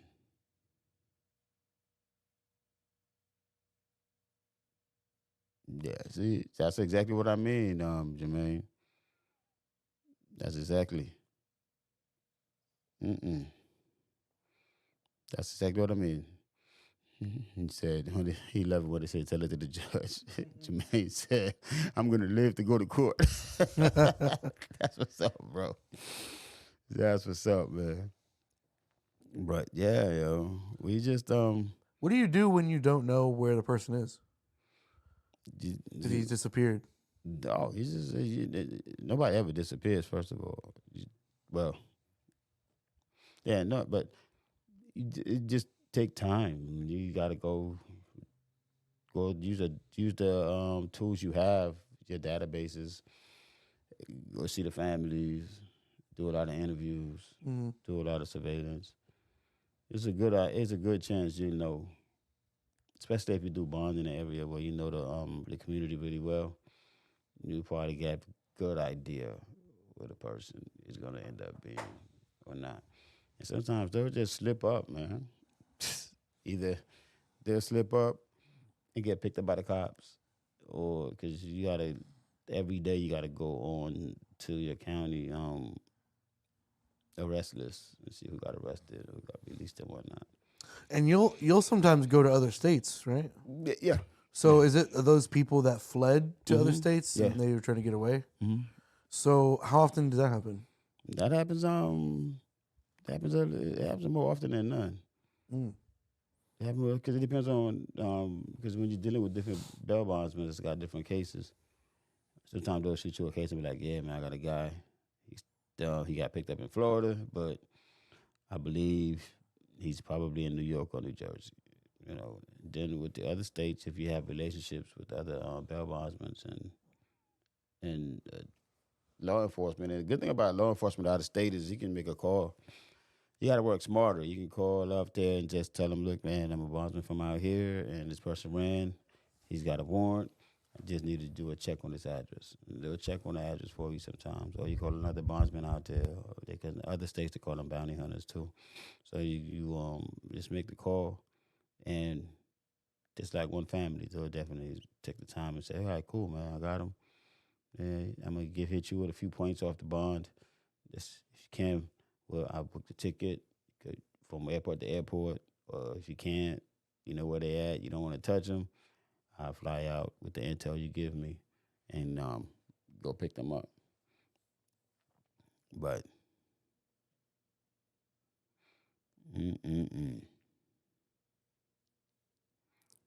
man, but you just gotta be cognizant of where you at and who you are, and just stay calm under the pressure, man. I just wanna have this conversation. I think it's worth having. Now, what do you do? Next question is, let me see what time it is. It's 9:02. You know how they be out there fighting, right, Devin? You know how, you go to a party or something, even the gas station or Walmart or anywhere, and a fight break out. What's the first thing you do when a fight break out? If it got nothing to do with me, I just carry on. Keep on stepping. You just carry on. Like, are we talking about, okay, gas station scenario, right? Okay, no, you know what? There's a fight happening. Let me do one better. I'm gonna get my Red Bull and go, and it got nothing to do with me. Nothing to do with you. Okay. Another scenario. Okay, say me, I am autistic, very autistic, right? Okay. And you live next door. Okay. And then I'm outside playing, and while I'm outside playing, all of a sudden, a police officer pulls up on me and starts questioning me, not knowing, good morning, Janelle, not knowing I'm autistic. They start hounding me, and next thing you know, it start escalating. While it's escalating, what do you do? What do you do while it's escalating? Important question that will determine what I do. Okay. How, it's gonna sound funny, but I'm being serious. How autistic is this person? Well, autistic enough to where you the neighbor, the kid, because sometimes some people are autistic, and most intelligent people I know is some autistic. Some people are autistic, and you'll know instantly. Yeah, talking to them. Some people it takes a while to catch on. Well, to the point that the police don't know, but you know. Okay. What is your first step? What do you do in that situation? I would probably step outside and just without coming too close, because I'm not trying to step into the situation. I would stay away, but I would yell over and get the officer's attention and tell him, hey, just keep in mind that he's autistic. Okay, when you try that, the officer will turn around and tell you, you're interfering with my investigations. Get your ass back. I stay back and I start recording, and I do the same thing. You see, that is the problem. I don't know if that's a problem, because that's the problem. Why is that because a problem? The first thing you said, you was going to try to talk to you was going to get the officer, right? And then the second thing you said, you was going to step back, and that's what we're doing nowadays. We're stepping back and we start recording now. Well, because I don't want to. It's not my place to physically get involved. Yeah, but he's already warned me once that according to him, I'm interfering. But I know I'm not interfering. Okay. So I step back and record the situation, so I document it. But what we forget in that process, that's why it's important to teach us how to deal with situations. I'm not telling you can't record, but there's a step that you're missing before you can start recording. Okay, what was that? You call 911 on your phone and tell 911, look, I'm over here. Okay, yeah. I got officer such and such over here. The kid in question right now is an autistic kid that lives over here. Can you send a unit out or communicate? One of the things officer does is listen to the radio. No, you have a good point. I missed that. Exactly. And that's the part that we're missing nowadays, is actually making that step. And then after that, if you want to record, you can record, because you're not going to interfere and get yourself shot or killed. Now you know, okay, I call dispatch, because even in your car, when you get pulled over, that's the option we always forget. We can always call 911 and say, I'm requiring the supervisor over here because I don't feel safe with badge number, da-da-da-da-da, car number, da-da-da-da-da. And then they'll send them over, because they can call backup. They are public servants. They work for us too. Mm-hmm. So if we need backup, As they can call for backups, so can we. So we have to use that tool that we're not using to be able to get the point across and probably save a life. Because that's one thing I pay attention when I was doing research on the man on the book was I'm like, all these people, these new age people, are just on their phones recording. But what good is it if you don't make that call to probably get somebody there to save that person's life? Then put on there, oh, I just recorded and witnessed a murder, and all I could do is record. Mm-hmm. You know what I mean? It's not going to bring the person back. The least you can do, and it's the best way to do it without even getting yourself caught up. You know? Thank you, Janelle. So when shit is happening on these streets, you could call and we could pick up the phones and say, you know what I mean? Instead of just going into the officer's face, because right now he's in crisis. The other person is in crisis. The last thing you want to do in chaos is add fuel to the fire by he ain't do it, he wrong. All that stuff ain't gonna get you nowhere, but escalate the situation. Call 911, expand to the dispatch. And that's the only thing an officer would listen to at that time, believe it or not, is the radio that they have on themselves. Communicating, yo, it's a 10 something something, stand down. You know what I mean? Or so we have somebody that could handle the situation that can deal with de-escalation on that level coming. So relax, don't do nothing. That communication can get put across to keep the officers honest. We just have to use our we got to use our phones for more than just recording shit and then posting shit and then saying, damn. Yeah. Yeah, you're right. That one call could have saved Leon's life, Janelle. Like if he had known, yeah, I would have stayed. I would lock my damn car door, stay in the car, keep my window up, and make that phone call. You have the right to do that. I've done it. You know, whenever I didn't feel safe, it was like, all right, cool, no problem. Click, click, click. All right, let me call your superior. Because we got our phones in the car. Don't be quick to hit the record button. Hit the 911 button. Call and report. You know, we got to give you guys food for thoughts because I figured today was like, it was on my heart all day yesterday to have this conversation with y'all today and make Facebook my guest for the show, man. And I really appreciate everybody that's chiming in, everybody that shared the input. Darren, I appreciate you calling. Miss Simone, I appreciate you calling. And let me see what it said. Question. Oh, Janelle got a question.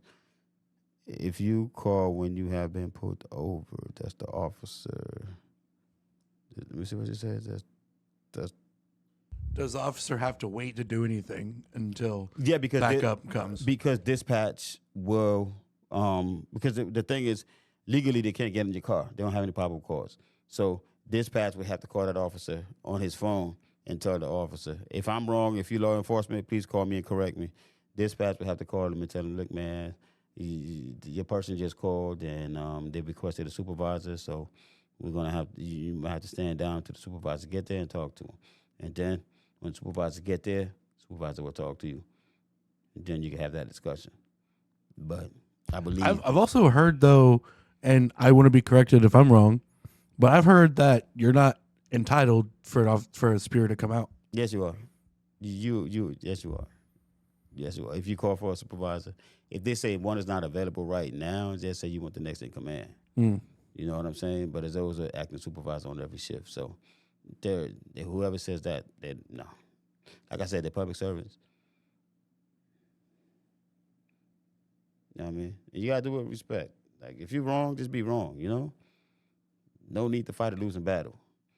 But there is some etiquettes to it, you know what I mean? And as far as the pickups, the traffic stops, one thing, like we said this morning, is just be calm. Observe your surroundings. Take mental notes. So that way when you do speak, you speak with clarity, no matter what the issue is. You know? And the other thing, too, is let's not put ourselves in the positions to get pulled over, to get locked up.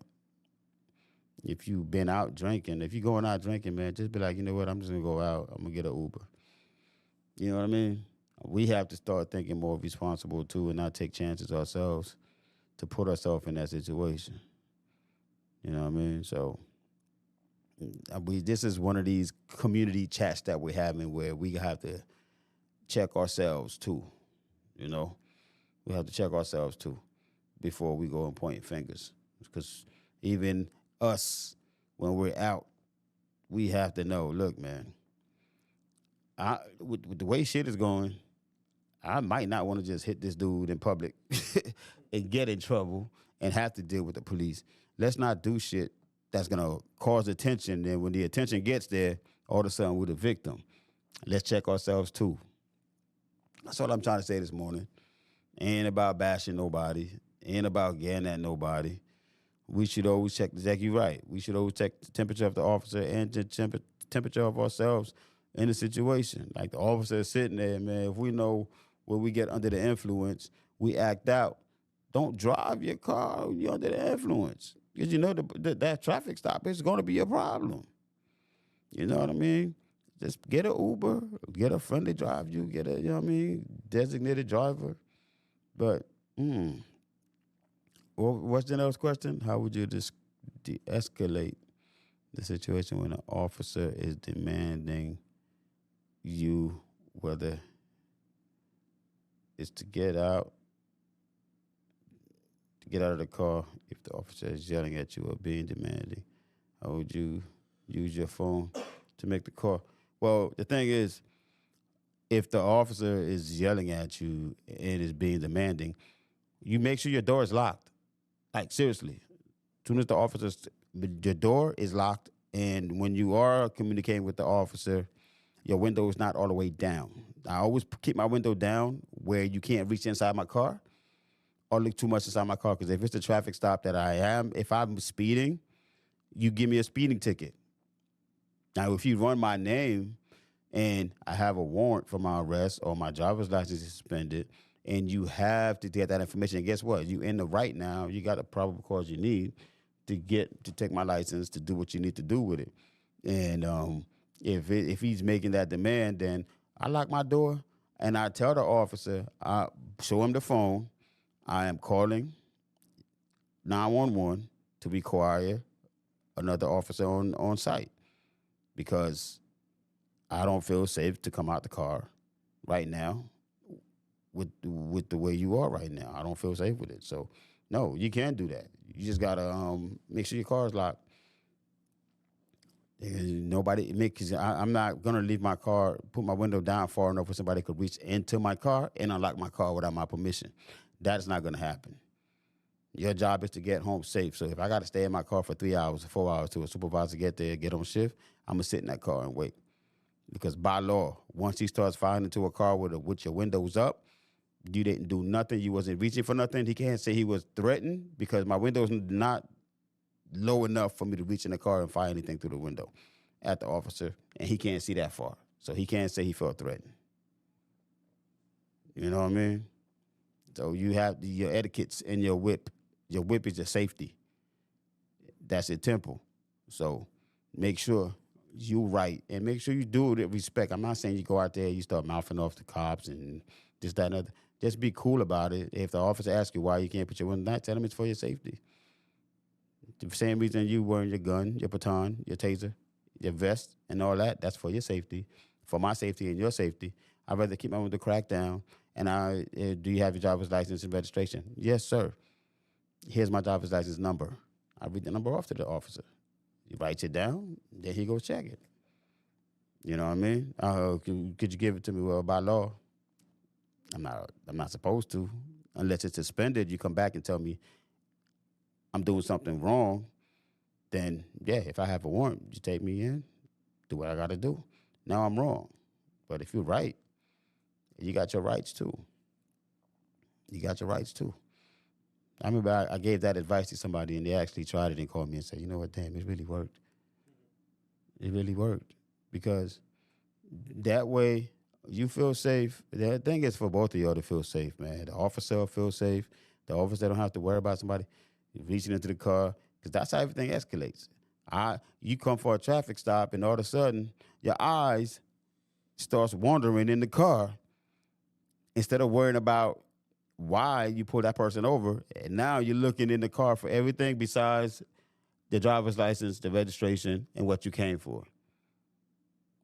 If you just kept it to what the violation is, be great, but deficient for probable cause.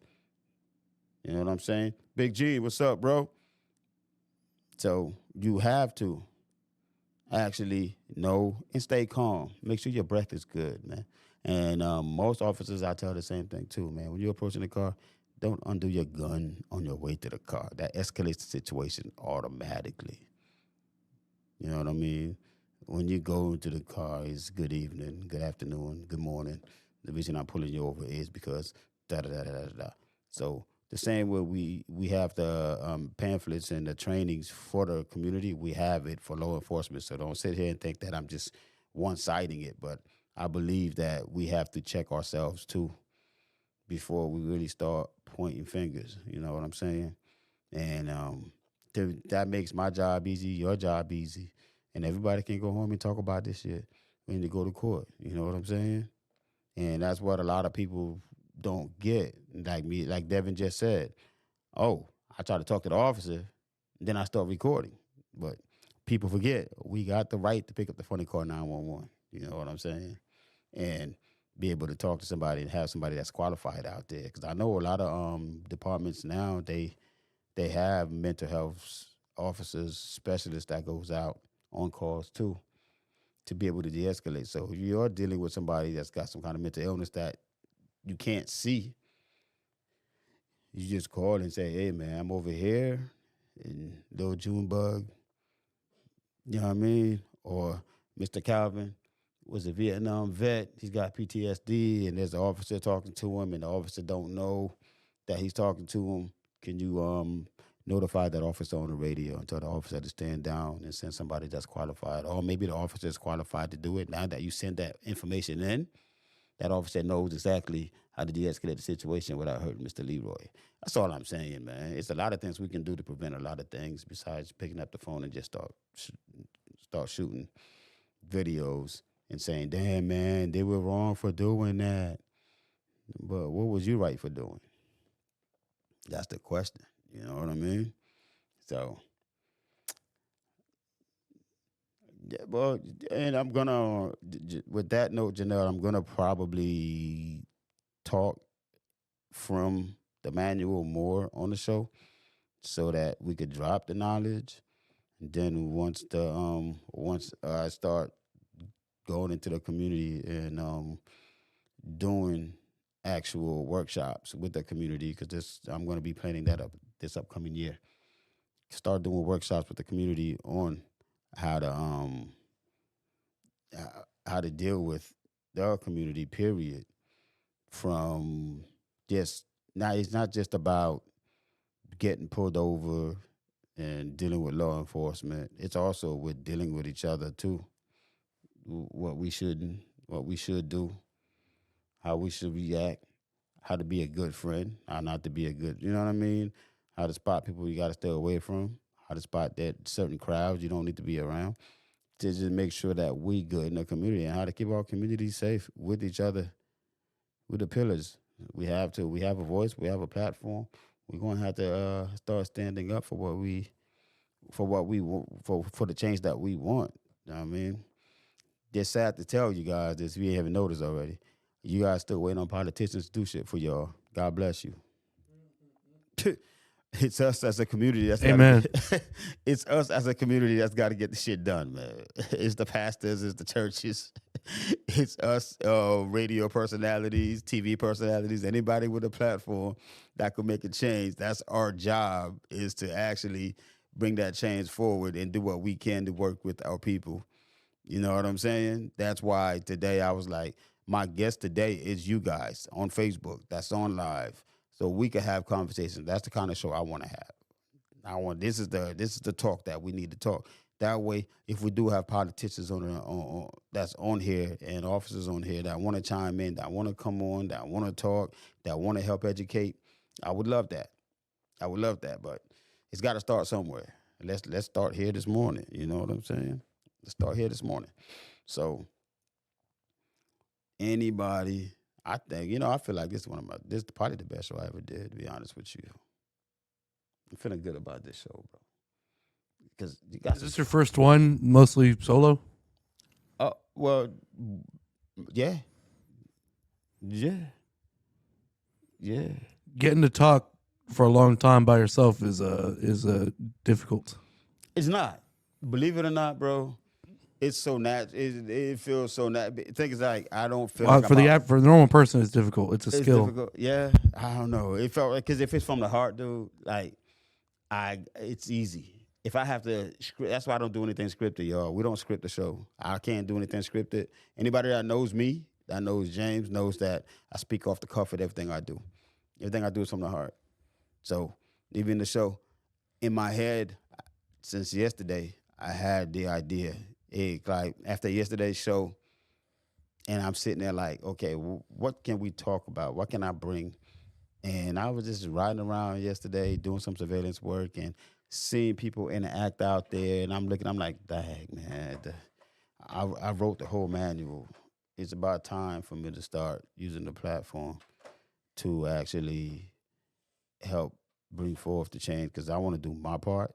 And I want to help y'all do your part, because I'm looking at the other stations and the other podcasts. Everybody's doing it, and everybody's talking about the same thing. They're talking about porn. They're talking about, yeah, for real. They're talking about porn. Like, how many views they get just to talk about porn?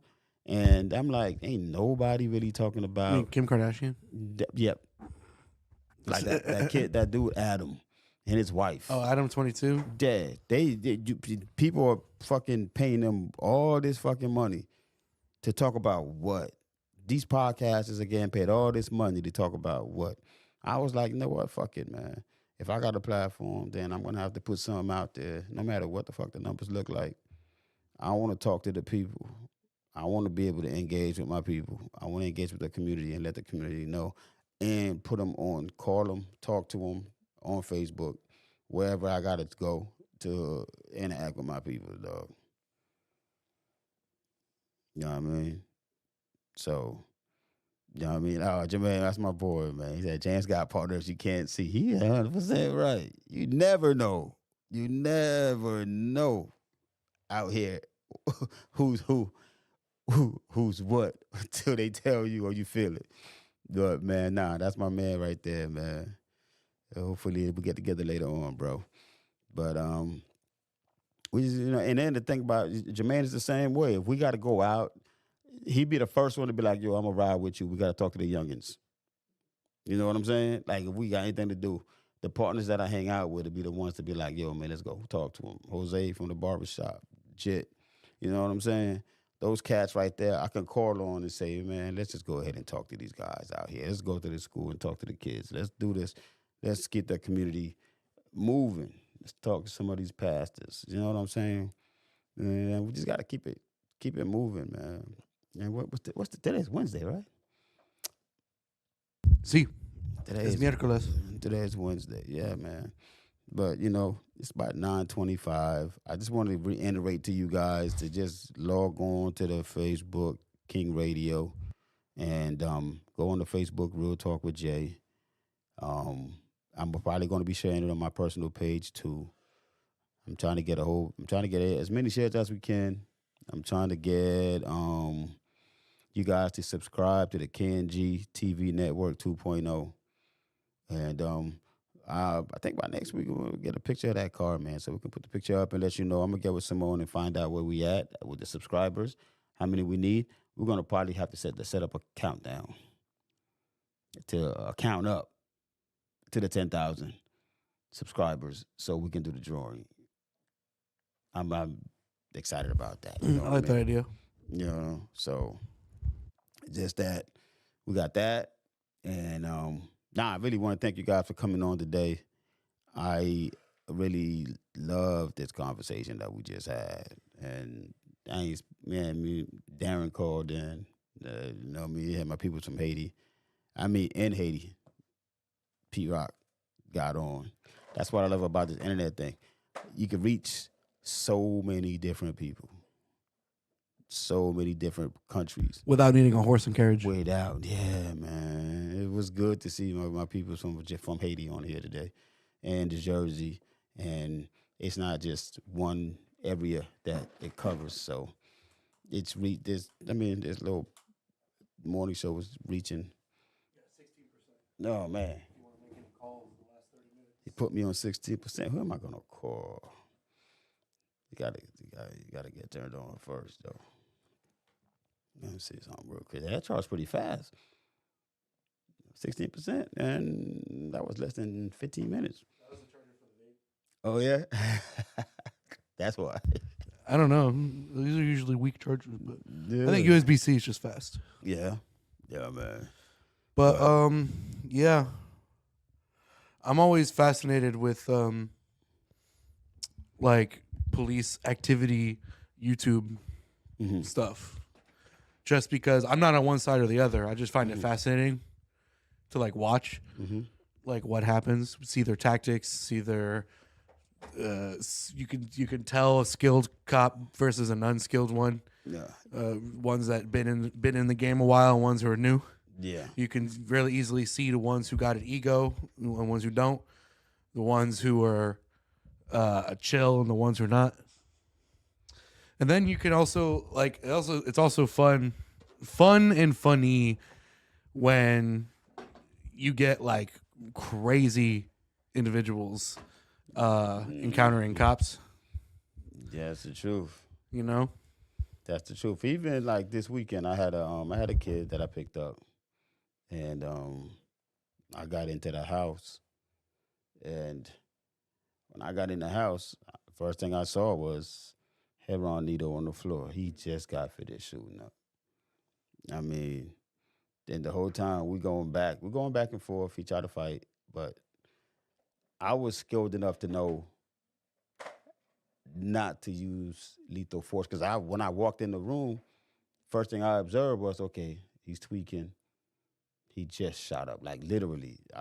The way his head was already back. He already took that shot. It was like he was the Undertaker. You know what I'm saying? Extra, because they get extra strong real quick. So he got up. He's like, it ain't me. I'm like, yeah, okay, cool, no problem. He said, if it ain't you, I'm gonna detain you. I knew it was him. I was like, I'm gonna detain you. He said your ID is next door, so we can walk away next door and get it. And that's when all hell broke loose. He's like, but you could tell he's fighting out of fear. You know what I'm saying? Even though I had the gun on me, I had the taser on me, it never crossed my mind not one time to grab either one of those things. Never. As much as he was trying to fight, the more I was telling him, bro, I don't want to hurt you. I don't want to hurt you. Over and over and over. I'm not trying to ruin your high, bro. Just trying to take you in. Yeah. I was like, he's like, no, it ain't. He said, you came in here with your necklace on. I said, it's a gold badge. With your necklace on. Yo, like heavy druggies be saying the wildest shit sometimes. Yeah. Like he's so fixated on that. I said, how many guys off the street come in here with a badge knowing that you got a warrant? Pick you up out of a crack house. It's like, mind you, the crack house was clean as hell, though. It's not like a New York crack house. That shit was actually. I haven't been to a dirty crack house in Florida. Y'all doing something good in the hood. It was clean. All I saw, that's how I knew the needle, because the house was clean and the needle was on the floor. That's funny. And guess what he said before we went out, when I picked him up? Huh? He said, can you pick that up and put it in the garbage for me? He wants to keep his house clean. He got standards. When a crackhead tells you to put a needle in the garbage for him, Yo. you gotta respect them, dog. You gotta respect them. And but there's still people, and and it's funny, when he went to the jail, the first person that called me was his mother. She was like, well, James, now I know where he's at. I'm tired of driving around the streets looking for him. I love him to death, and you know what I get, which we have to change the narrative, bro. She said, I'm glad you're the one that picked him up and not the police. Because if the police would have caught him while he was tweaking, it would have been a different story. That's the narrative I want to change on both ends. Because the police will say, well, when we go out on calls, the public acts this way. They're not helpful. They put the cameras in our face, which is true. and then we say the vice versa. You know what I'm saying?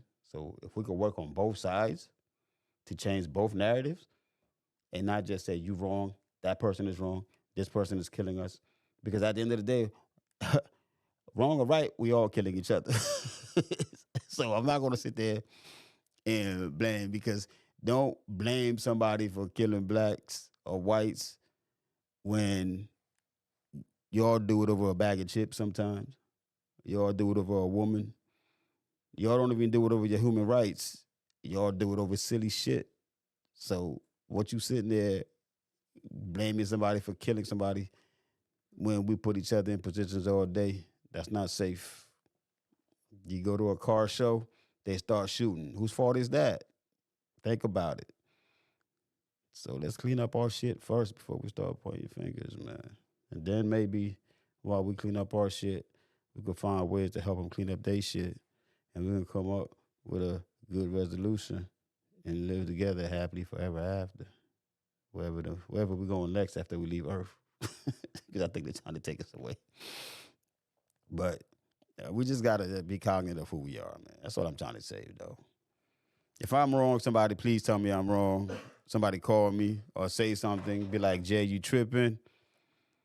You tripping. You dead wrong. If I am, show me the receipts. Just call me with the receipts and tell me how wrong I am. Somebody got to debate with me if I'm wrong. If you guys got some good information out of this and you're willing to apply it, execute it, then I've done my job for this morning. And again, I ain't even drank no coffee this morning. I got some water. If y'all see, I got water this morning. So I didn't want to be in a caffeine high when I had this conversation because I wanted all my marbles to be in the same, all my eggs to be in the basket. I'm over here thinking about how I got no energy drink, no coffee, no water, no money. Yo, I'm yeah. gonna be sipping that Trouble. Bro, yo, what's up? That's all I got. What you want to go grab it? We're gonna run out the show with that. Yeah, go All get right. the true. Come on, man. All right. Take me and Devin's about to sip on some of that True Blade right now, called Trouble. You know what I mean? We're gonna sip on that, man. I bought 3 bottles from her yesterday. Yeah, you gotta keep them shit stocked up, man, because they sneak up on you. They're so smooth. It's like you're drinking juice. Huh? Tinker got something there. Tinker got something there. She got a hit, y'all. Tinker got a hit. Y'all better put your orders in. It's called that Trouble. I'm telling you. Devin is good, man. Like, he called it, man. No coffee this morning. We're going to close this beautiful show with some trouble this morning, man. With some trouble. So anybody else out there that's got any kind of any ideas on, like I said, you guys have helped me host the show this morning, so let me know what's in your mind with the conversation we've had so far on how to carry ourselves in the public to help de-escalate all the BS that's going on in these streets. Because I think everybody's talking about the problems and nobody's talking about the solutions, what we need to do. Because even in a relationship, when shit gets fucked up, it's not fucked up because one person fucked up. Most of the time it's fucked up because both of y'all. So you have to check yourself most of the time anyway. So let's check ourselves as a community and see what the fuck we can do. Huh? I know. I took. We drank one yesterday. That's good. That's good. So yeah, we definitely we gotta. The word I'm looking for, Devin, is accountability, bro. All morning we've been talking, and I was like, "There's a word out there, and that's the word we've been looking for: accountability." Dog. Yeah, that's that True Blade. Devin, you look real proper with that. You know what I'm saying? Yeah, you look like you used to be a bartender or something because you held that bottle real professional, like, and you poured it like really nice too. So you held it down. I mean, today, yeah. Soy professional. Yeah, very, very. You're gonna take a sip, toast to Tinker, I'm gonna toast to us on Facebook, man. We held it down this morning, Dev. Like, we had Facebook on the chairs. Like, I love this, man. It was the first podcast where I actually could talk to the people and call. Like, I'm really doing this often now. Like, we gotta keep doing this. This shit still smells like jelly. Bro, it's off the hook. Thank you very much.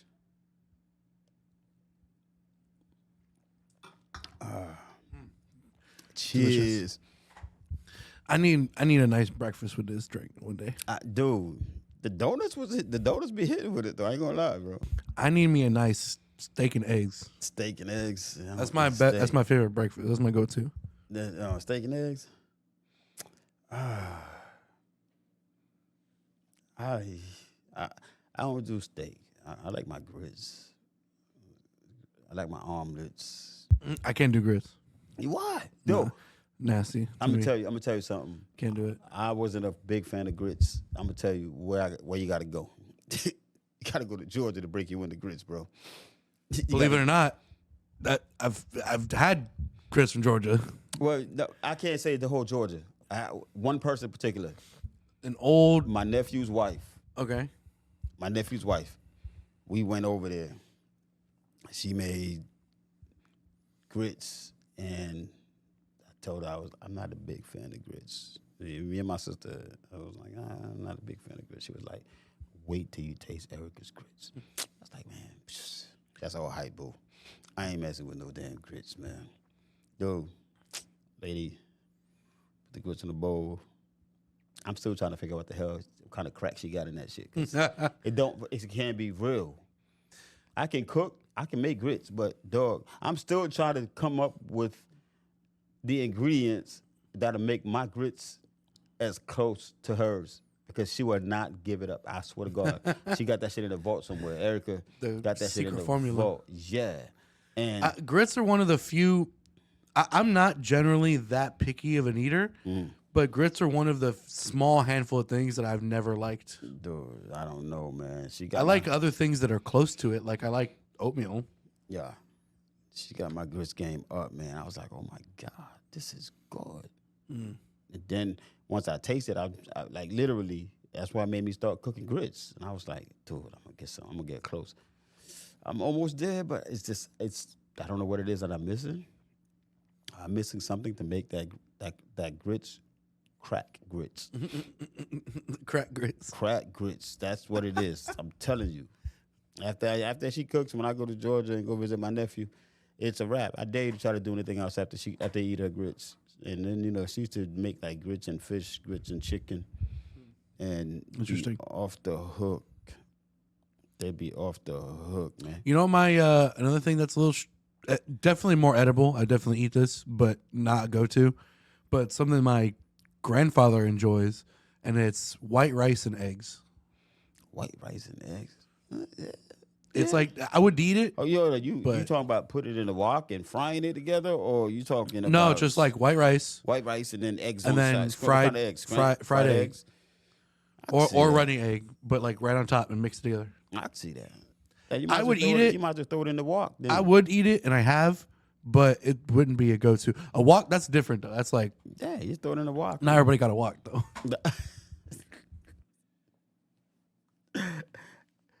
Or you can just throw them in the cast iron. Yeah, a cast iron pan and just mix it. It's still the same. You don't necessarily need a wok to cook fried. I miss. You know what I haven't had in a little minute, and I'm kind of craving it now. Is some really good ramen with egg and some meat in it, and all the stuff. Leek, onion. Wow, man, it's 9:41. I'm hungry. Yeah, man, I'm seriously, bro. Nah, but you know what? When I leave here, I'm probably gonna go take lunch to my daughters today. I think it's that. Pick up some Chick-fil-A. Yeah. Take it to the school, eat with them. Man, I'm a sucker for breakfast breakfast is already my favorite type of food. My favorite like genre. Oh, so you're a of breakfast food. person. So, Absolutely, okay, cool. absolutely. Because most people hate Absolutely. breakfast, though. No, I love Like- breakfast. Like, you eat breakfast? No, But- no, it's a waste of time. I can't always eat breakfast in the morning because like when I wake up, I need a while before I can eat anything. Right. But it's my favorite type of food. Like I could eat breakfast food at any point during the day. I don't like Wow. that's my favorite food. But what was I gonna say? Shit. I forgot where I was going with that. Yeah, you love breakfast. That's all I care. Oh, I was gonna say. No, actually, no. I lost it again. God damn, Dev. What was it? We gotta hold each other Oh, down. I'm a sucker. Dev. I know what it We is. gotta I know hold it each is. other down. I know what it is. I know what it is. All right, what is it? I love breakfast, Uh-huh. and I am absolutely. And I know it's not. I know it's not healthy, but I'm a sucker for McDonald's breakfast. What breakfast at McDonald's do you like the most? The steak, egg, and cheese bagel, No, yeah. and then a second place would probably be bacon, egg, and cheese biscuit. Shabika said that True Blaze taking effect on your ass. Shit is quick, ain't it? The steak, egg, and cheese. They brought the bagels back. I did not know. I heard them bagels be slapping. They're pretty good. I like mine with the egg and cheese. Yeah, No meat, just the egg and cheese in. I gotta have the meat on it. I gotta have the steak. I don't like their coffee very much, I don't care too much for McDonald's coffee. and I also don't like in general. I had last week or 2 weeks ago. I was at Bagel Brothers with my boy Trey in Tradition. Oh, that spot is tight. Yeah, and the thing, I had a rainbow bagel. It's literally just a plain bagel, but they put some like food dye in it or something, so it's all like swirly and rainbowy colored. I just got it because the novelty of it. I don't know, bro. It tasted great. It did? Yeah, it tasted fine. You put cream cheese on it? No, hell no. Cream cheese is another thing I can't stand. Oh, yeah, what you put on your bagel? A lot of times I just leave it plain. If I don't No make butter? nah, What? I'll do like a PB&J out of it. Oh, yeah. I'll do The peanut butter and jelly. PB&J is good with the raisin bagels. Yeah, I'll do that even with plain bagels. But I don't like cream cheese. I don't like. I don't hate butter, but it's not a thing. It's not a go-to. I don't like too much of it. Like, okay, so if somebody gives me a bagel with cream cheese, I will not eat it. If they gave me a bagel with butter, I will eat it, but I wouldn't choose to put the butter on there. If that makes sense. That makes sense. What about mayonnaise? I'm okay with mayonnaise. Yeah. See, I can't. See, my thing is with the mayo. With not a lot of it, but I like it in general. With the mayo, my little cousin, R.I.P. Scott, he was allergic to mayo, so me and him we hung out all the time. Like that was my ace. So because he didn't eat mayo, I used to like mayo. Because of him, I just started ordering food with no mayo on it. To this day, like I order my shit with the mayonnaise on it, just because I didn't want him to get caught out there on his allergies. Yeah, I like that mayo that got like olive oil and like cracked pepper in it and stuff. Yeah, you know? I think it's a thing still. With the olive oil. Yeah. Yeah. Well, I see that every day, but I swear when I was a kid, I swear there used to be mayo that had you could get like cracked black pepper in it, and I don't see it anymore. So I don't know if that's something I made up in my head, or hold if up, that mayo with black pepper. Yeah, What? I swear that was a thing. I don't know, bro. Let me look it up real quick, man. Mayo with black pepper. Yeah. We got to do some research. I'm gonna be. Let me be your engineer this morning All right, with my all right. cell phone. I'm You're on gonna fact check me. 15% right now. I'm gonna do the engineering over here. 'Cause Okay. He's talking about. I'm talking reckless. Mayo. Yeah. Let me do some research. Well, this is a long time ago. I was a kid when I had this, or when I remember having it. With black pepper. Yeah, it was mayonnaise with black pepper.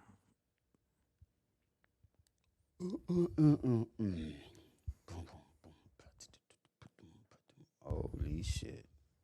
You're 100% fucking right. Yeah. God. What brand is it? It's called truffle mayo. Oh, that's not one I remember. Summer truffle. It's mayonnaise with black pepper. What the deal? Oh, snap. I don't remember that brand. I thought it was just like a regular. They got boar's head too. Boar's Head. Boar's Head makes mayo? Yeah. Oh, interesting. I'm just learning some shit this morning. What the hell's going on here? Yo, is there anybody who ever, if they get a public sub, is there anybody who ever gets anything other than Boar's Head? Because they got Boar's Head and Public brand. Always go with the boar's head. I feel like everybody goes Boar's Head. One time recently, I was in line, and the person next to me got Publix brand, and I'm like, I don't know what you're doing. You were missing out. Yo, Herman makes black pepper mayonnaise too, man. Hellman? Herman? Yeah. Oh, yeah, no. Yeah. I think that is the one that I had.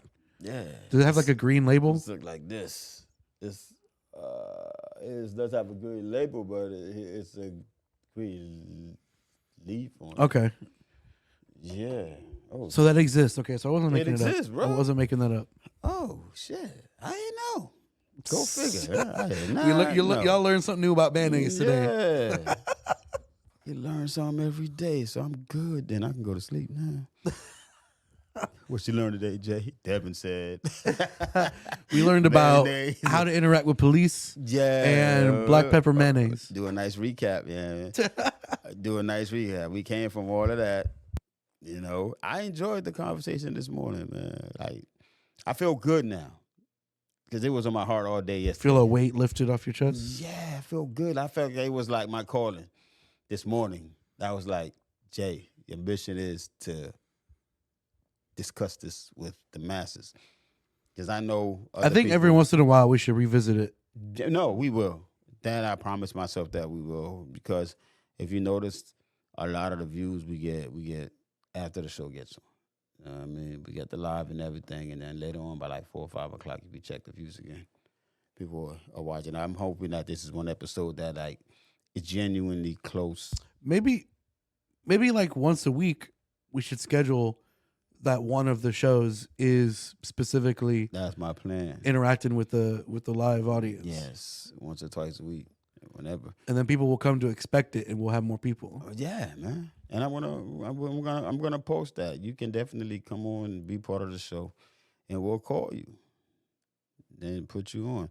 And I really thank Darren, man, for chiming in this morning, for giving me the word of encouragement, and his like the hardworking brother, but he dedicates his time he pours his time into his 10-year-old son, and and then the thing about him is, you know how like they talk about the Jacksons, where Mike's dad was like on him, on the kids, took pretty much their childhood out, which they became billionaires. But he doesn't. But they came out of that with some trauma because he like really forced it hard on them. Yeah, and the way Darren is doing it with his son, his deal really loves it. He really loves it, yo. And God bless those boys. Him and his brother, man, all their kids is like doing good, successful, and all of them got special talents, special gifts. Controversial question for the last 10 minutes. All right. For you and for the chat. I want everybody to chime in. Okay. Did Michael Jackson do it? Is he guilty? Of the kids and shit? Man, to be honest with you, bro, I don't put nothing past anybody out here anymore, man. You never know. I'm not saying he did. I'm not saying he didn't. All I'm saying is I don't put nothing past anybody. My response is usually I wouldn't be surprised. No, because I kind of look at it the same way you do. Yeah, because sometimes, man, I read a thing on. I read a quote that said, "It's when you get stabbed in the back, or getting stabbed in the back, isn't the hardest part about that situation." Is when you turn around and find out who's holding a knife. That's what shocks you the most. Getting stabbed don't shock you. Is when you find out who it is. Because some of the time, man, it's the people you think you really know that sits there with that motherfucker twisting it and turning it in your back, man. And you got to be able to fucking move. So you know what I'm saying. You gotta play off the ropes. Half the time you gotta play off the ropes. You gotta make sure. Yeah, and that's why it's good to check yourself sometimes and check the people around you sometimes, man. I'm one. Everybody will tell I ain't got no filter, dog. Like if I feel a certain way, I tell you I feel a certain way. If I did something, I tell you I did something. I'd rather deal with the repercussions of my actions than be sneaky about shit. I don't have it. My only filter is a statute of limitations. He said statute of limitations, but I don't really let myself. And plus, learning and getting over battles to choose, battles not to choose. You logically think about things you want to do and not do. You look for me. I'm looking at the finish line. Some people you talk to, their mind is like the other quote said. You can't sell a big idea to a small mind. Like you could sit there and try to. Remember, me and you was talking the other day, and I referred to Michael Jordan and Nike, where they're like, "Oh, we're gonna pay him $1 million to sign and do this." He said, "No, I want the money. I want to buy in the company." And now that man retires, making over $500 million a year. That man is Nike. Yes. So, and when nobody was buying the shoe, it's the vision. I tell people all the time, it's the vision, dog. Sometimes you got visionaries out there, you got people that help you follow through your vision. And it takes a lot of patience, a lot of time. But if you stay with it, like my de-escalation model, we started with about 8, almost 10 people in the room. Now it's just basically me, Rob, Anthony, and our outside associated partners. You know what I'm saying? Read what you said. Huh?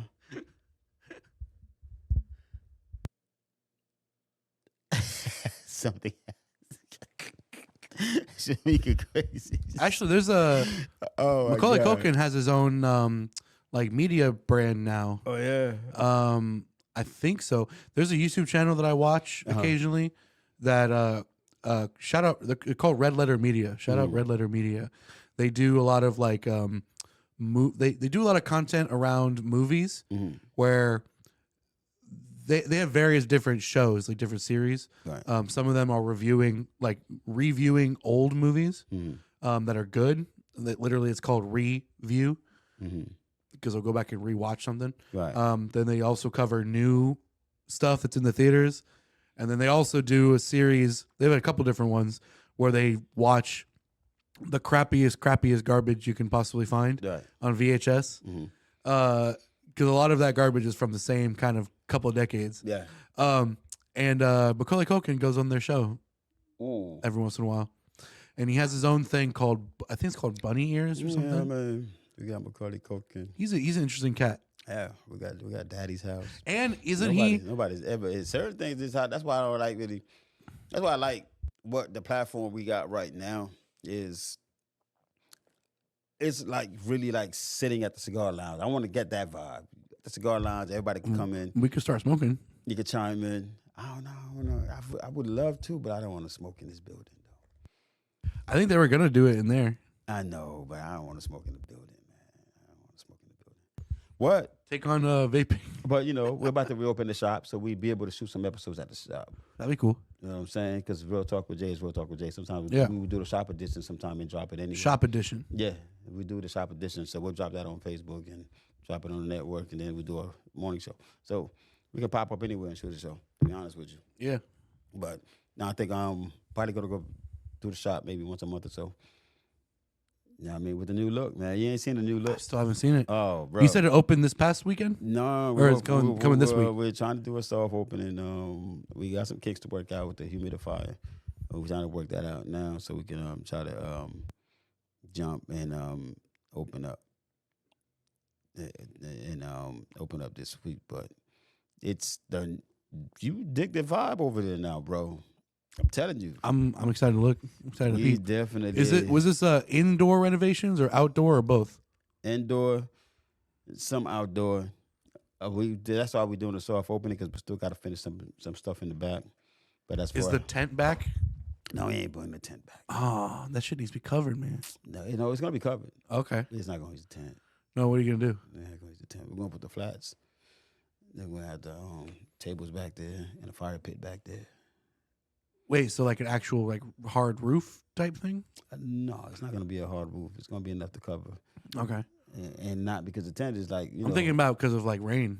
That's what we're thinking about too. Hurricane season and shit. So tables with umbrellas and everything out there. Didn't it get torn down from the last hurricane? Yeah, last hurricane took it. The first one they ate that shit up, man. But the Yeah. second one put that motherfucker on his ass. He was like, ooh, we were back there. I was like, God, damn. Because you thinking about it, 60-foot tent, dog, is 20-foot tent. It's hard to take it down before a hurricane. Mm-hmm. Like it's in the cement, what you call it, and to go out there and just the way it's set up. Yeah, and some of the tropical storms that come through here, and it's in a tunnel.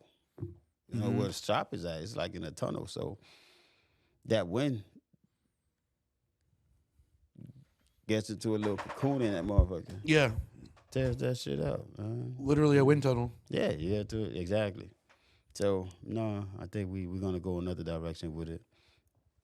And it's called Czars now, so we're not gonna.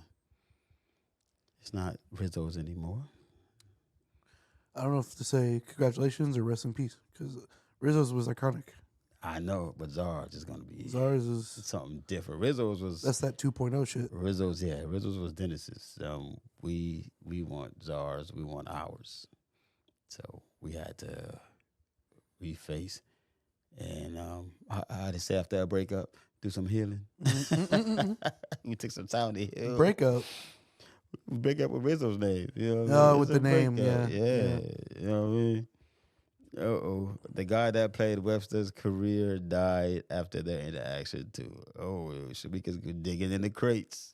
Oh boy. Shamika's digging in the crates. That's why I love doing this like this, man, because this is the community's conversation we have every morning now, because when you guys say something, I'm going to read this shit out. We're going to discuss it and go over it, because now we have multiple hosts in the morning. Sometimes we might just call one of y'all so we could have a meaningful conversation.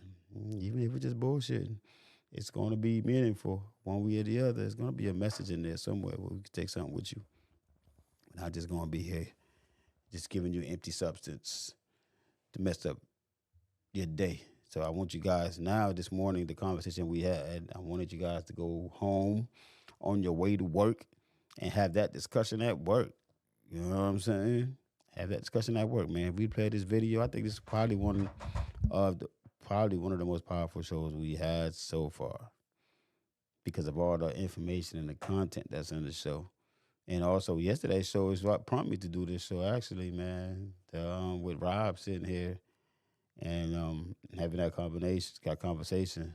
And when Black was here earlier this week, it really, and it really like joked something in me to where I'm like, you know what, man? We're gonna do something different. Need to add a little spice to it, but I want to also drop some jewels, drop some gems, and make sure that my peoples are well educated out here too, while I have the platform. And it's almost that time, man. It's actually 10:00. But before, it's 10 o'clock. It's not 10:01 yet, but I'm going to let y'all know that go download the KNG TV Network 2.0. Download it. It's free. And once I get the numbers on how many subscribers we're down to get to 10,000, I'm going to let y'all know. And also download the Kings Radio app. Man, go on Facebook in the mornings, because I'm going to post on my Facebook for you guys to come on to the King Radio Facebook. That way we can have these conversations. And even in any episodes we shoot, we do. You guys are always welcome. I'm going to interact with y'all because it's our community and we have to build this strong. So everybody's input, everybody's feedback really matters. We do appreciate y'all. We do appreciate all the shares. Please go in there. Even the past episodes, go in there and share them. Go in there and share them, because we're about to make a movement out here. I feel good about it. Any last words, Dad? We're making moves, no bowels. Yeah, he's too. Hey, yo, Tanker, thanks for the true blade. And Simone, thanks for the call in. And Darren, I appreciate the check in, bro. And I guess it's 10:01, minute over. Let me get out of here before I get in trouble. All right, peace.